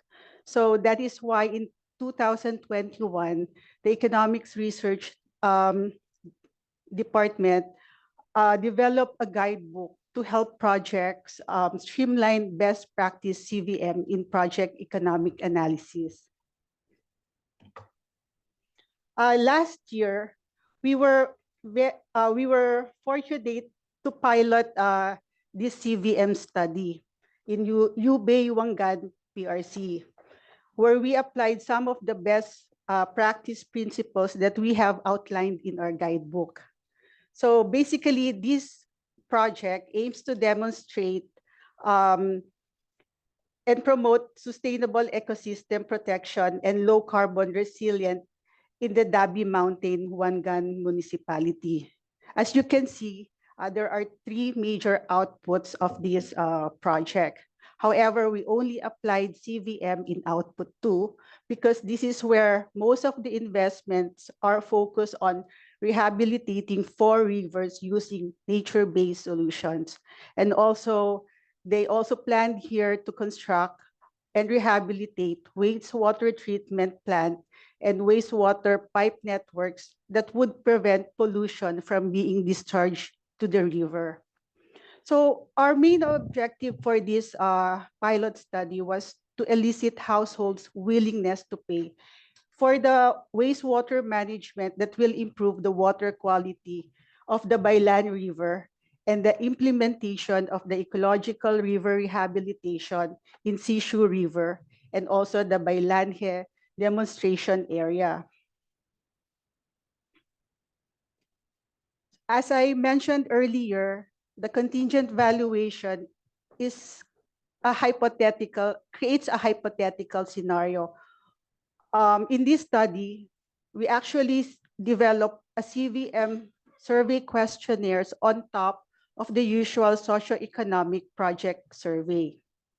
In the questionnaires, we included these key elements of a good CV study. First, we develop a good CV scenario. As you know, the CV scenario is actually the heart of all CVM study because it presents the context of the proposed intervention. In the CV scenario, we try to describe clearly and simply the interventions brought about the project that will have specific impacts on river ecological condition and water quality. So, as you know, a clear CV scenario enables respondents to visualize and relate a value for the changes proposed by the project basing on their capacity. After forming the CV scenario, we developed several questions for each of these scenarios. So in order to make the CV conditional, we simulated the scenarios basing on several discussions with our stakeholders and other institutions involved in the project. We also use a payment vehicle. So payment vehicle is useful because this is the mechanism on how payment can be collected from the respondents. So in this pilot, we use new additional environmental fee that will be collected by the government should the project proceed. On the elicitation format, we applied the multiple bounded dichotomous choice basing on bid ranges from 1 to 150 yuan per month. We finalized the bid range based on our discussion with the community during our pre-test of the questionnaire.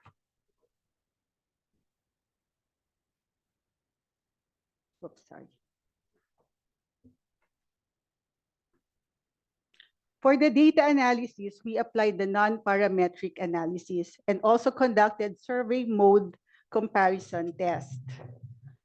As you know, CVM method is usually criticized due to its biases, but for this pilot, to mitigate the potential bias of this method, we made it a point that we consult the local agencies on the details of the questionnaires, particularly on the portion of the bid parts. We also use photographs when we presented the CV scenario and use the technique of using cheap talks to remind them about the values that they put into the question. So just to give you a quick view of the CV scenario. So this is how we presented the project. So initially, we presented the current situation of the river ecological condition. So here we describe how the water standard has been lowered and how the ecological condition have deteriorated due to the pollution that are being disposed into the river. Then second, we presented the WID project scenario, wherein we informed the stakeholders about the intervention of the project, particularly on the wastewater treatment and ecological rehabilitation of the river. And then we also defined specific attributes such as safe water supply, prevention, waterborne diseases that could be an outcome of the proposed intervention.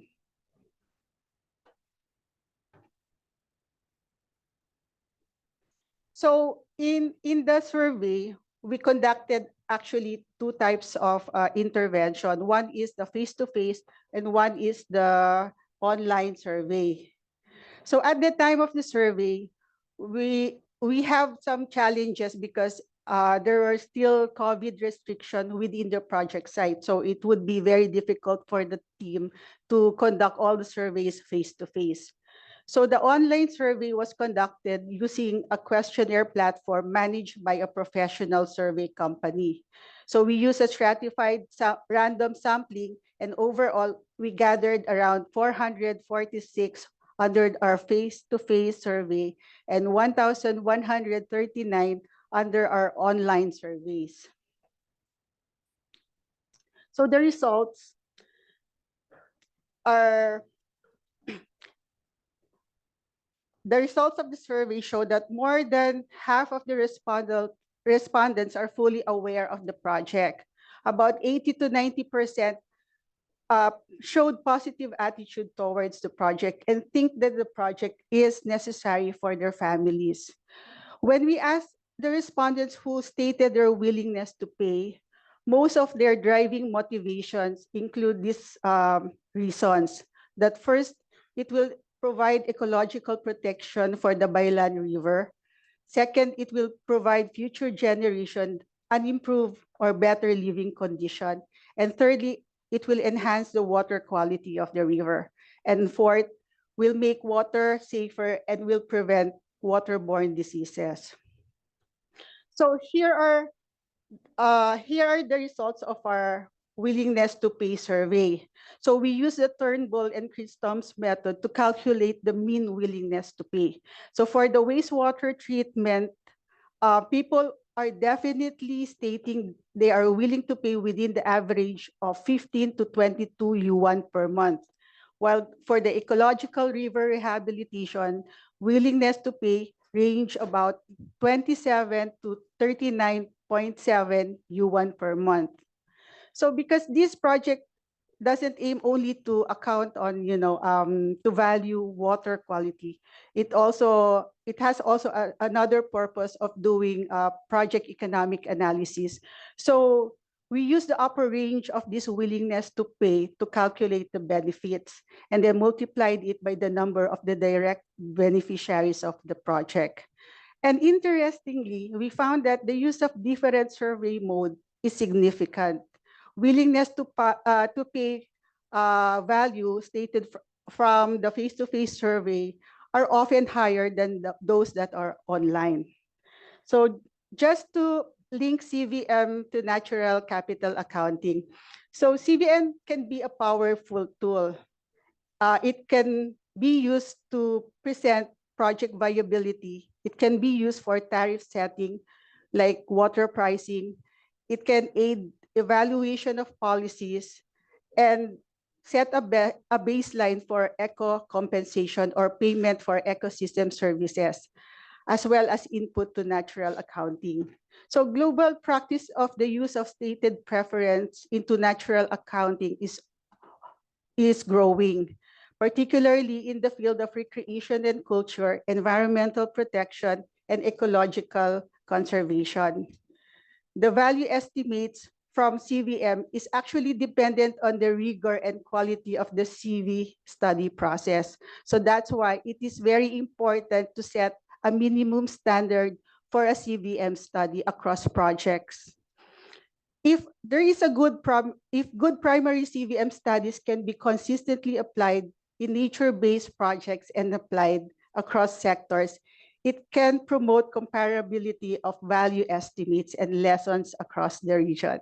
So I stop here and thank you for your willingness to listen. Thank you, Jindra, for this example of contingent valuation. And now I will pass the floor to Lan and Shingo for an example, always from the PRC, on choice modeling. Yeah, thank you, Martino. The presentation, please. Should be coming up. Yeah, so I just before Lan going to detail about this method, I just briefly explain the background of this project. This is about the Shandong Chisha ecological restoration demonstration project. And this project site, it's in a county in the Shandong Peninsula, which is only inland county in this peninsula. So it provides the water to all the neighboring cities. And then they have lakes, mountains, and rivers, and this very, very ecologically sensitive city. Still no presentation?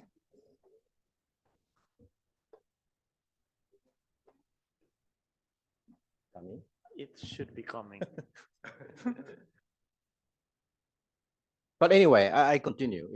As Martino said, dollar value of ecosystem services is very important. And now we are preparing this project for next year approval. And one thing we found is very useful is that because they have so many different components, river rehabilitation, forest restorations, sustainable agriculture, and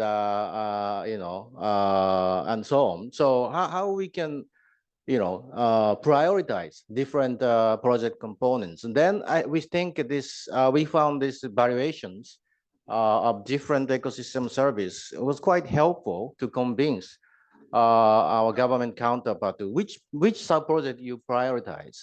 And based on this result, we are advising to increase more forest and more agricultural components. Here you go. You see beautiful lakes, and the main industry is apple production, but it's also a source of water pollution. So we use this variation for the prioritizing different components of the sub-project. And also this because there are different components of ecosystem services, which our ambition is to use gross ecosystem service, ecosystem product accounting as a basis of monitoring performance of project, and and use this number as a basis of some kind of eco compensation between different cities. So we actually using this evaluation method for the preparation project, but also this will be used for the project monitoring and also policy reform. Next slide, please. And the most complicated component is the river rehabilitation project.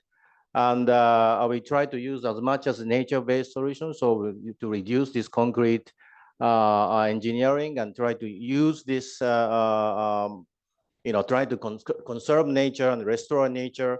But it has recreational value. You have some flood mitigation functions, and many different agriculture water sources. So difficult to aggregate the benefit of this component. So then this is how we introduce this choice experiment, and I think Lang will introduce more in detail. But thank you very much for the opportunity. Yeah.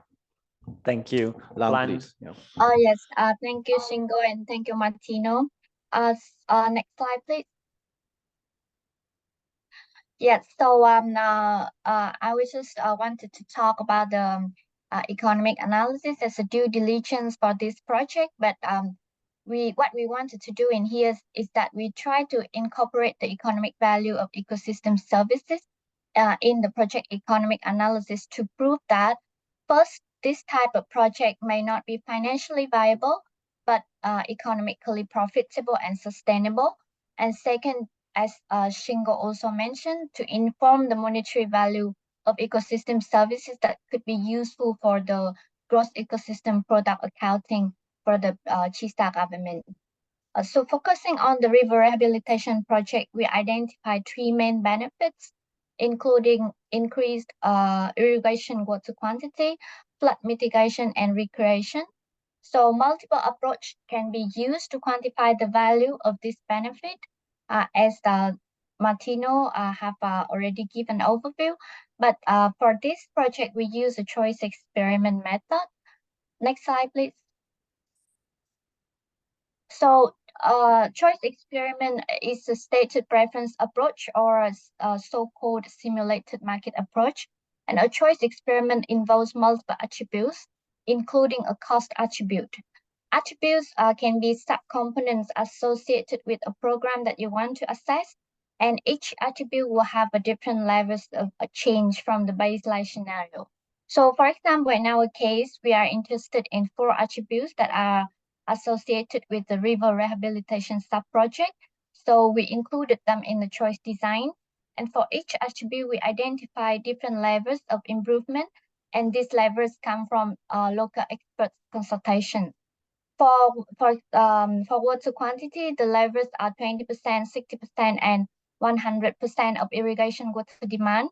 And for flood mitigation, the levels are prevention of 5-year return period flood as the baseline, and then prevention of 10 year, 20 years, and 50-year return period flood. And this information is a bit too technical, but it was translated into an easy to understand for respondents. And then I will skip the vegetation coverage here, but and then we for recreation, we identified the level based on the access to the river with and without facilities. And the current situation is that there is neither access nor facilities across the river length. And then we have 5 levels of cost, ranging from 0 yuan to 160 yuan per household per year. Next slide, please.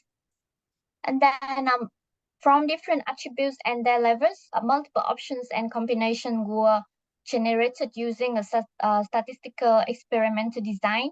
And here is an example of a choice that respondent need to answer. Each respondent had to answer 6 choices like this, and they had to choose their most preferred option among 3 options, including the status quo or the no change option. And then so they need to make a decision considering all attributes and their levels. So here we do not directly ask respondents' willingness to pay like in the contingent valuation method, but we elicit their willingness to pay and preference based on the trade-off that they make in the choice. Next slide, please. So we survey a total of more than 1,000 households in the project areas. And here are our preliminary results. On average, the annual willingness to pay for increase 1% of irrigation quantity is yuan per household. And then for change from 5-year return flood to 50-year return flood is 17 yuan. And for continuous access to river from no access to river is 25 yuan per household. This number will then be multiplied with the total benefited households in the area to quantify the benefits for the economic analysis of the project. Next slide, please. But then this value can also be used for to inform the monetary value for the gross ecosystem product in Chisa. So this is our proposed approach. Among all the ecosystem service listed in the GEP framework, our valuation can link to 3 services: water retention, flood mitigation, and recreation.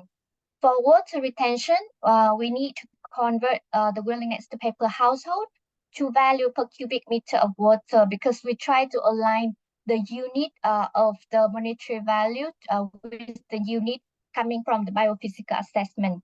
And then we come up with about like 30 yuan per cubic meter. So to estimate the GEP for water retention, we can multiply this 30 yuan to the total amount of irrigation water retention resulting from biophysical assessment exercise. And then next slide, please. For flood mitigation, we also need to convert willingness to pay per household to value per cubic meter of flooded water. So with that, we would need information on the total amount of flooded water for a 50-year return period. For multiple types of flood, different types of flood in the area. And so the value per cubic meter of flooded water will then be multiplied to the total flooded water that can be stored by the ecosystem in Chisa to compute the GEP value. Next slide, please. And then for the recreation, it is actually quite straightforward. We don't have to convert the unit, but we can just multiply this value with the number of households in Chisa. In GEP accounting framework in the PRC, the recreation is now is estimated by the number of tourists. This is good, but it might not capture the full value of recreation, because local residents would also enjoy recreation service. And then in other countries are more advanced in natural capital accounting, like in UK and Australia, they have already used choice experiments or stated preference method to estimate the recreation value. So with this project, we try to explore and present alternative approach to inform the localized monetary values for the GEP accounting in Chisa, and particularly for the recreation service. And then this will we will also develop a step-by-step guidance note for the Chisa city to conduct the GEP accounting, where we try to include a different approach for monetary values. Next slide, please. So to conclude, we would like to highlight the importance of local context in environmental policy planning. The information from national natural capital accounts are useful, but sometimes it might not be relevant in the local cases. And we witnessed this in Hubei and Chisa. So in Hubei, in the previous slides that Chandra have presented, the water quality improvement is the critical issue, so it has high value there. But in Chisa, it's not an issue. So, but the quantity in Chisa, water quantity in Chisa is the issue there. And then stated preference approach such as choice experiment or contingent valuation survey could help inform local context and value, but it might be expensive and complex to implement at large scale. So it's better to embed and combine wherever possible at a smaller scale, such as the project level. And that's what we try to incorporate in our IDB project. And an alternative approach could be a benefit transfer. So like we're also developing the tool for that. And actually for benefit transfer in Yunnan province for PSC, they already proposed this method to do GEP accounting for recreation in there. So yeah, again, I would just like to stress again that our nature is degrading fast, very fast. And so it's really critical to account the full value of nature to not mislead the decision one more time. So thank you.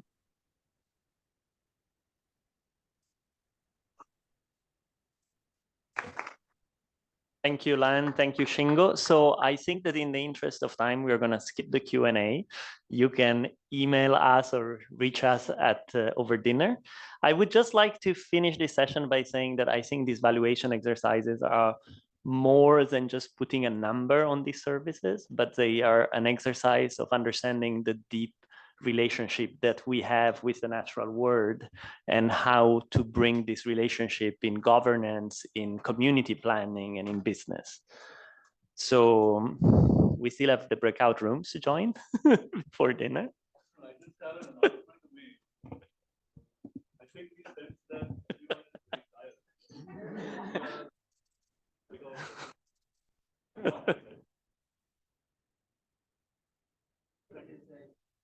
Okay. Perfect.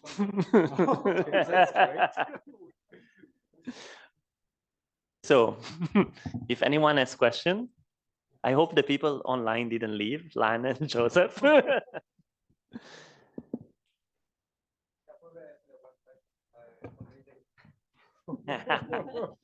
No, lately, it's a very critical time for you. Now is thinking about the new operating model. Right now, you delegate the economic analysis to the sector group. I can say the Ginger is analysis, and also Shingo, and also Lan, the analysis, quite interesting. But for the Shingo's project, probably Shandong, actually, I saw is an integrated GEP as a sort of indicator to conduct the economic analysis. It's a quite line with the approach we are try to work with the Stanford University. Basically, we saw is even for the ecosystem accounting framework from the UN, they still acknowledge the GEP as a sort of aggregating indicator for accounting method. So my question to you is how much for the economic analysis for the next stage is a guideline, how much you can incorporate the type of the experiences and these sort of best practice for our DMC. Let me just pause here. Thank you so much. Yeah, very important question and a very difficult question to answer. It's so difficult. Yeah, I think we are now doing our work on this eco-services valuation. And then definitely we would introduce some guidelines or some, I may not call it the guidelines, we may call it two boxes. You are going to call it two boxes. So we will provide those tools to our project people, and then they can utilize in their projects to value the benefits of those investment in eco services, in environment, in natural capital, which would demonstrate the value of those projects, and then to make decisions for the government about the budget allocation and whether they need to invest in natural capital or they need to invest in physical capital. So it would be easier for the policymakers to make such investment decisions. I think gradually we will introduce all those tools, and it's quite, yeah, as I said at my beginning, this water diamond, the paradox. I think we still got this paradox. If you see all the presentations in this session, the valuation of eco services are very much localized. So they depend on the local situations. Although we intend to set up such a database, as Martino said, we try to collect all those evidence from everywhere, but still you need to tailor all those evidence into local context. So this is going to be a long process. So I don't know how much I have already answered your questions, Qingfeng, but we would work with our operational colleagues then to strengthen those tools to collect more evidence. With more and more evidence, I think the valuation of environment and the natural capital would be more accurate, reflecting human preference. So preference is very important here. What do you prefer? Yeah. Thank you. Let me stop here. If I can add, I think it's going to be important to do more and more these valuation studies. The more we are going to do of them, the more precise our database will become. The database is going to be very useful in getting a rough idea of where we stand, but it's not a substitute for doing more precise study for each specific location in which we are operating. Hello, I have a question. Jiaqi Su from AIIB, Economics Department. So I have 3 questions. First one is more like a clarification. So you were saying there will be a guidance on how to evaluate a project. Would that be considered as an updated CBA guidance, like practitioner guide? And also I want to understand based on, especially after the showcase, I kind of confused between the GEP evaluation method and the CBA, especially when it comes to project evaluation. Maybe there is some difference which I missed during the introduction. And the third one is on pricing. So far, I'm hearing the pricing, the CWV method is mostly for pricing for the services, which would, I guess, best fit for nature solution projects. But what about the pricing for offsets? For example, we're building a dam, which might hurt the protected area in the downstream, or like building a road through protected area. Then how do we price the value for those? And that's all. Thank you. Thank you. Anyone want to answer? So let me take the first part. So about these guidelines, actually, we had in the afternoon we had our staff meeting on of our division, because our division is taking care of this guidelines of economic analysis of ADB investments in ADB, and we had a guideline we issued in 2017. That's the guidelines of economic analysis for ADB investments. We are now in the process of reviewing, and we try to think about the way how to review and update our guidelines. Then the consensus was probably we need to do a lot of research along the way. Then we just enrich our guidelines over the years, as long as we get certain method tools which have a consensus which can be used in the projects, then we would discuss with our operational colleagues and to introduce those tools into our project economic analysis. Just so this is a gradual process because the issues are quite difficult for valuation and accounting of natural capital. So it's going to be a slow process to enrich our two boxes. So I'll let Martino to talk those detailed evaluation. Thank you, Lele. And so in the handbook I was talking about before, it's going to be not so much for cost benefit analysis, but it's going to present these valuation tools that I presented in a non-technical and not for economist way, so that project officer can know what they need to look for from consultant and so on in order to evaluate to do evaluation in their projects. And for the question about the dam, I think it's important if you want to do a valuation study, well, you cannot, you have to focus on some of the services that you think are going to be affected the most. And you know, you need a study for each, basically. There is not an easy solution where you can evaluate all the impacts that the dam is going to have with one study. I think that's the answer. And for the cost benefit analysis and GEP, I think these are two very different concepts. So GEP is really an indicator. You can think about it, and I hope nobody's going to get upset with me because I'm relatively new to it.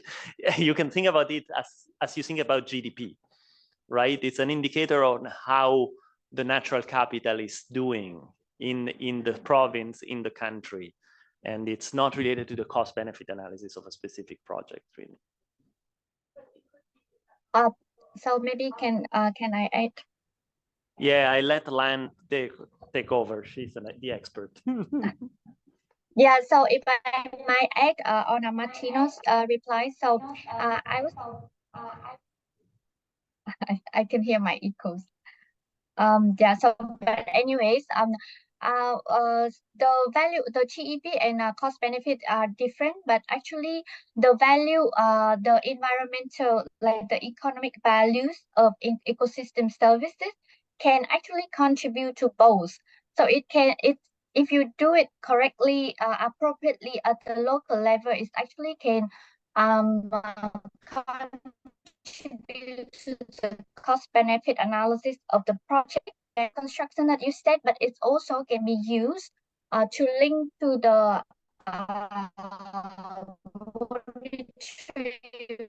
pricing of the Sorry, Lan, we can't hear you anymore. I'm not sure because I cannot really. Your connection is breaking down. Okay, I think my internet is. Sorry, you just got half of the answer. Yeah. Okay, so yeah, I would just like write in the chat box. Okay, thank you. So unless there are any pressing question on economic valuation, I think we can call it a night and go have dinner. Good, sold. Thank you, everyone.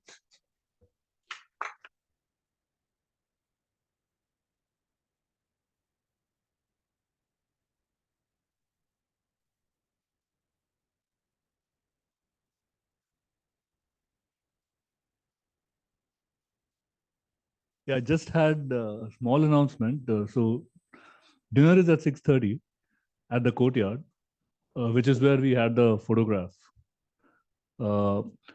Tomorrow we are going on a field trip. And there are some logistical details that we need to explain. So maybe we can just spend 5 minutes and listen to that.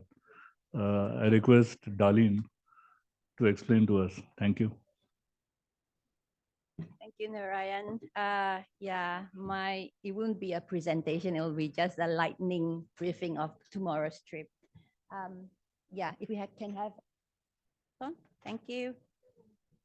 Allow me to introduce myself. I'm Darlene Lim, environment specialist with the Environment Group of Climate Change and Sustainable Development.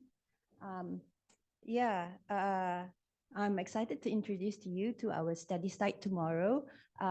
We'll be going to the provincial coastal town of Balanga in the province of Bataan, which is 2.5 to 3 hours drive from Manila. So why the study tour? What's the objective of the study tour? Basically is to get the first-hand impression and a glimpse of learning about nature capital and ecosystem services benefits, and distill lessons learned through stories and presentations with the stakeholders and interaction with local stakeholders and business enterprises, as well as government representative, and identify practical actions to implement after the study tour for planning purposes. Yeah. Next slide, please. So what to expect in the study tour? We'll be visiting 3 sites. One is Amanda Marine Products. This is a small, medium business enterprise. The local community fish landing center, and the final destination will be at the city wetland. It's a protected area, marine protected wetland. Followed by in the afternoon presentation and discussion with the fisher folk and local stakeholders, and owners of the businesses and government representatives. Yeah. Next slide, please. So the itinerary is in the agenda.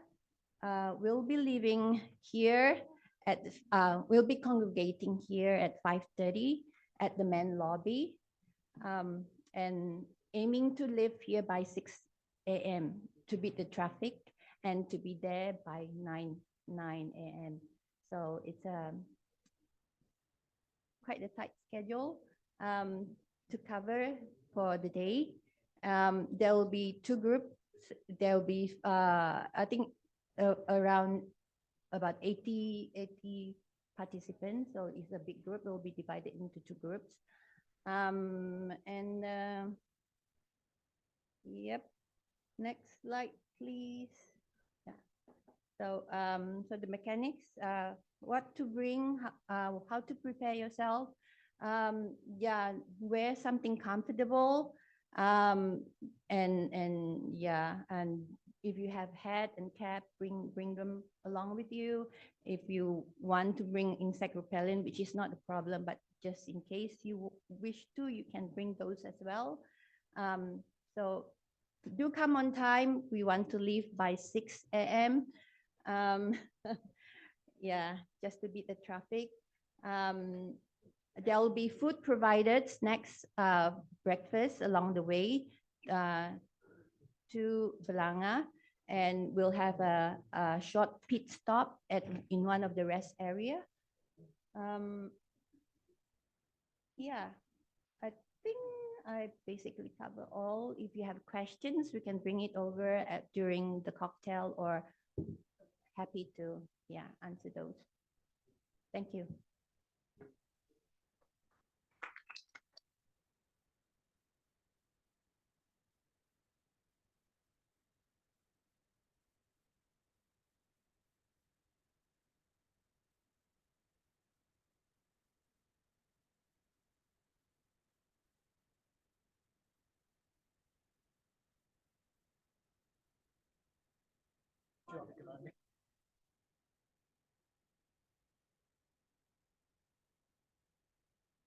The question we discussed earlier.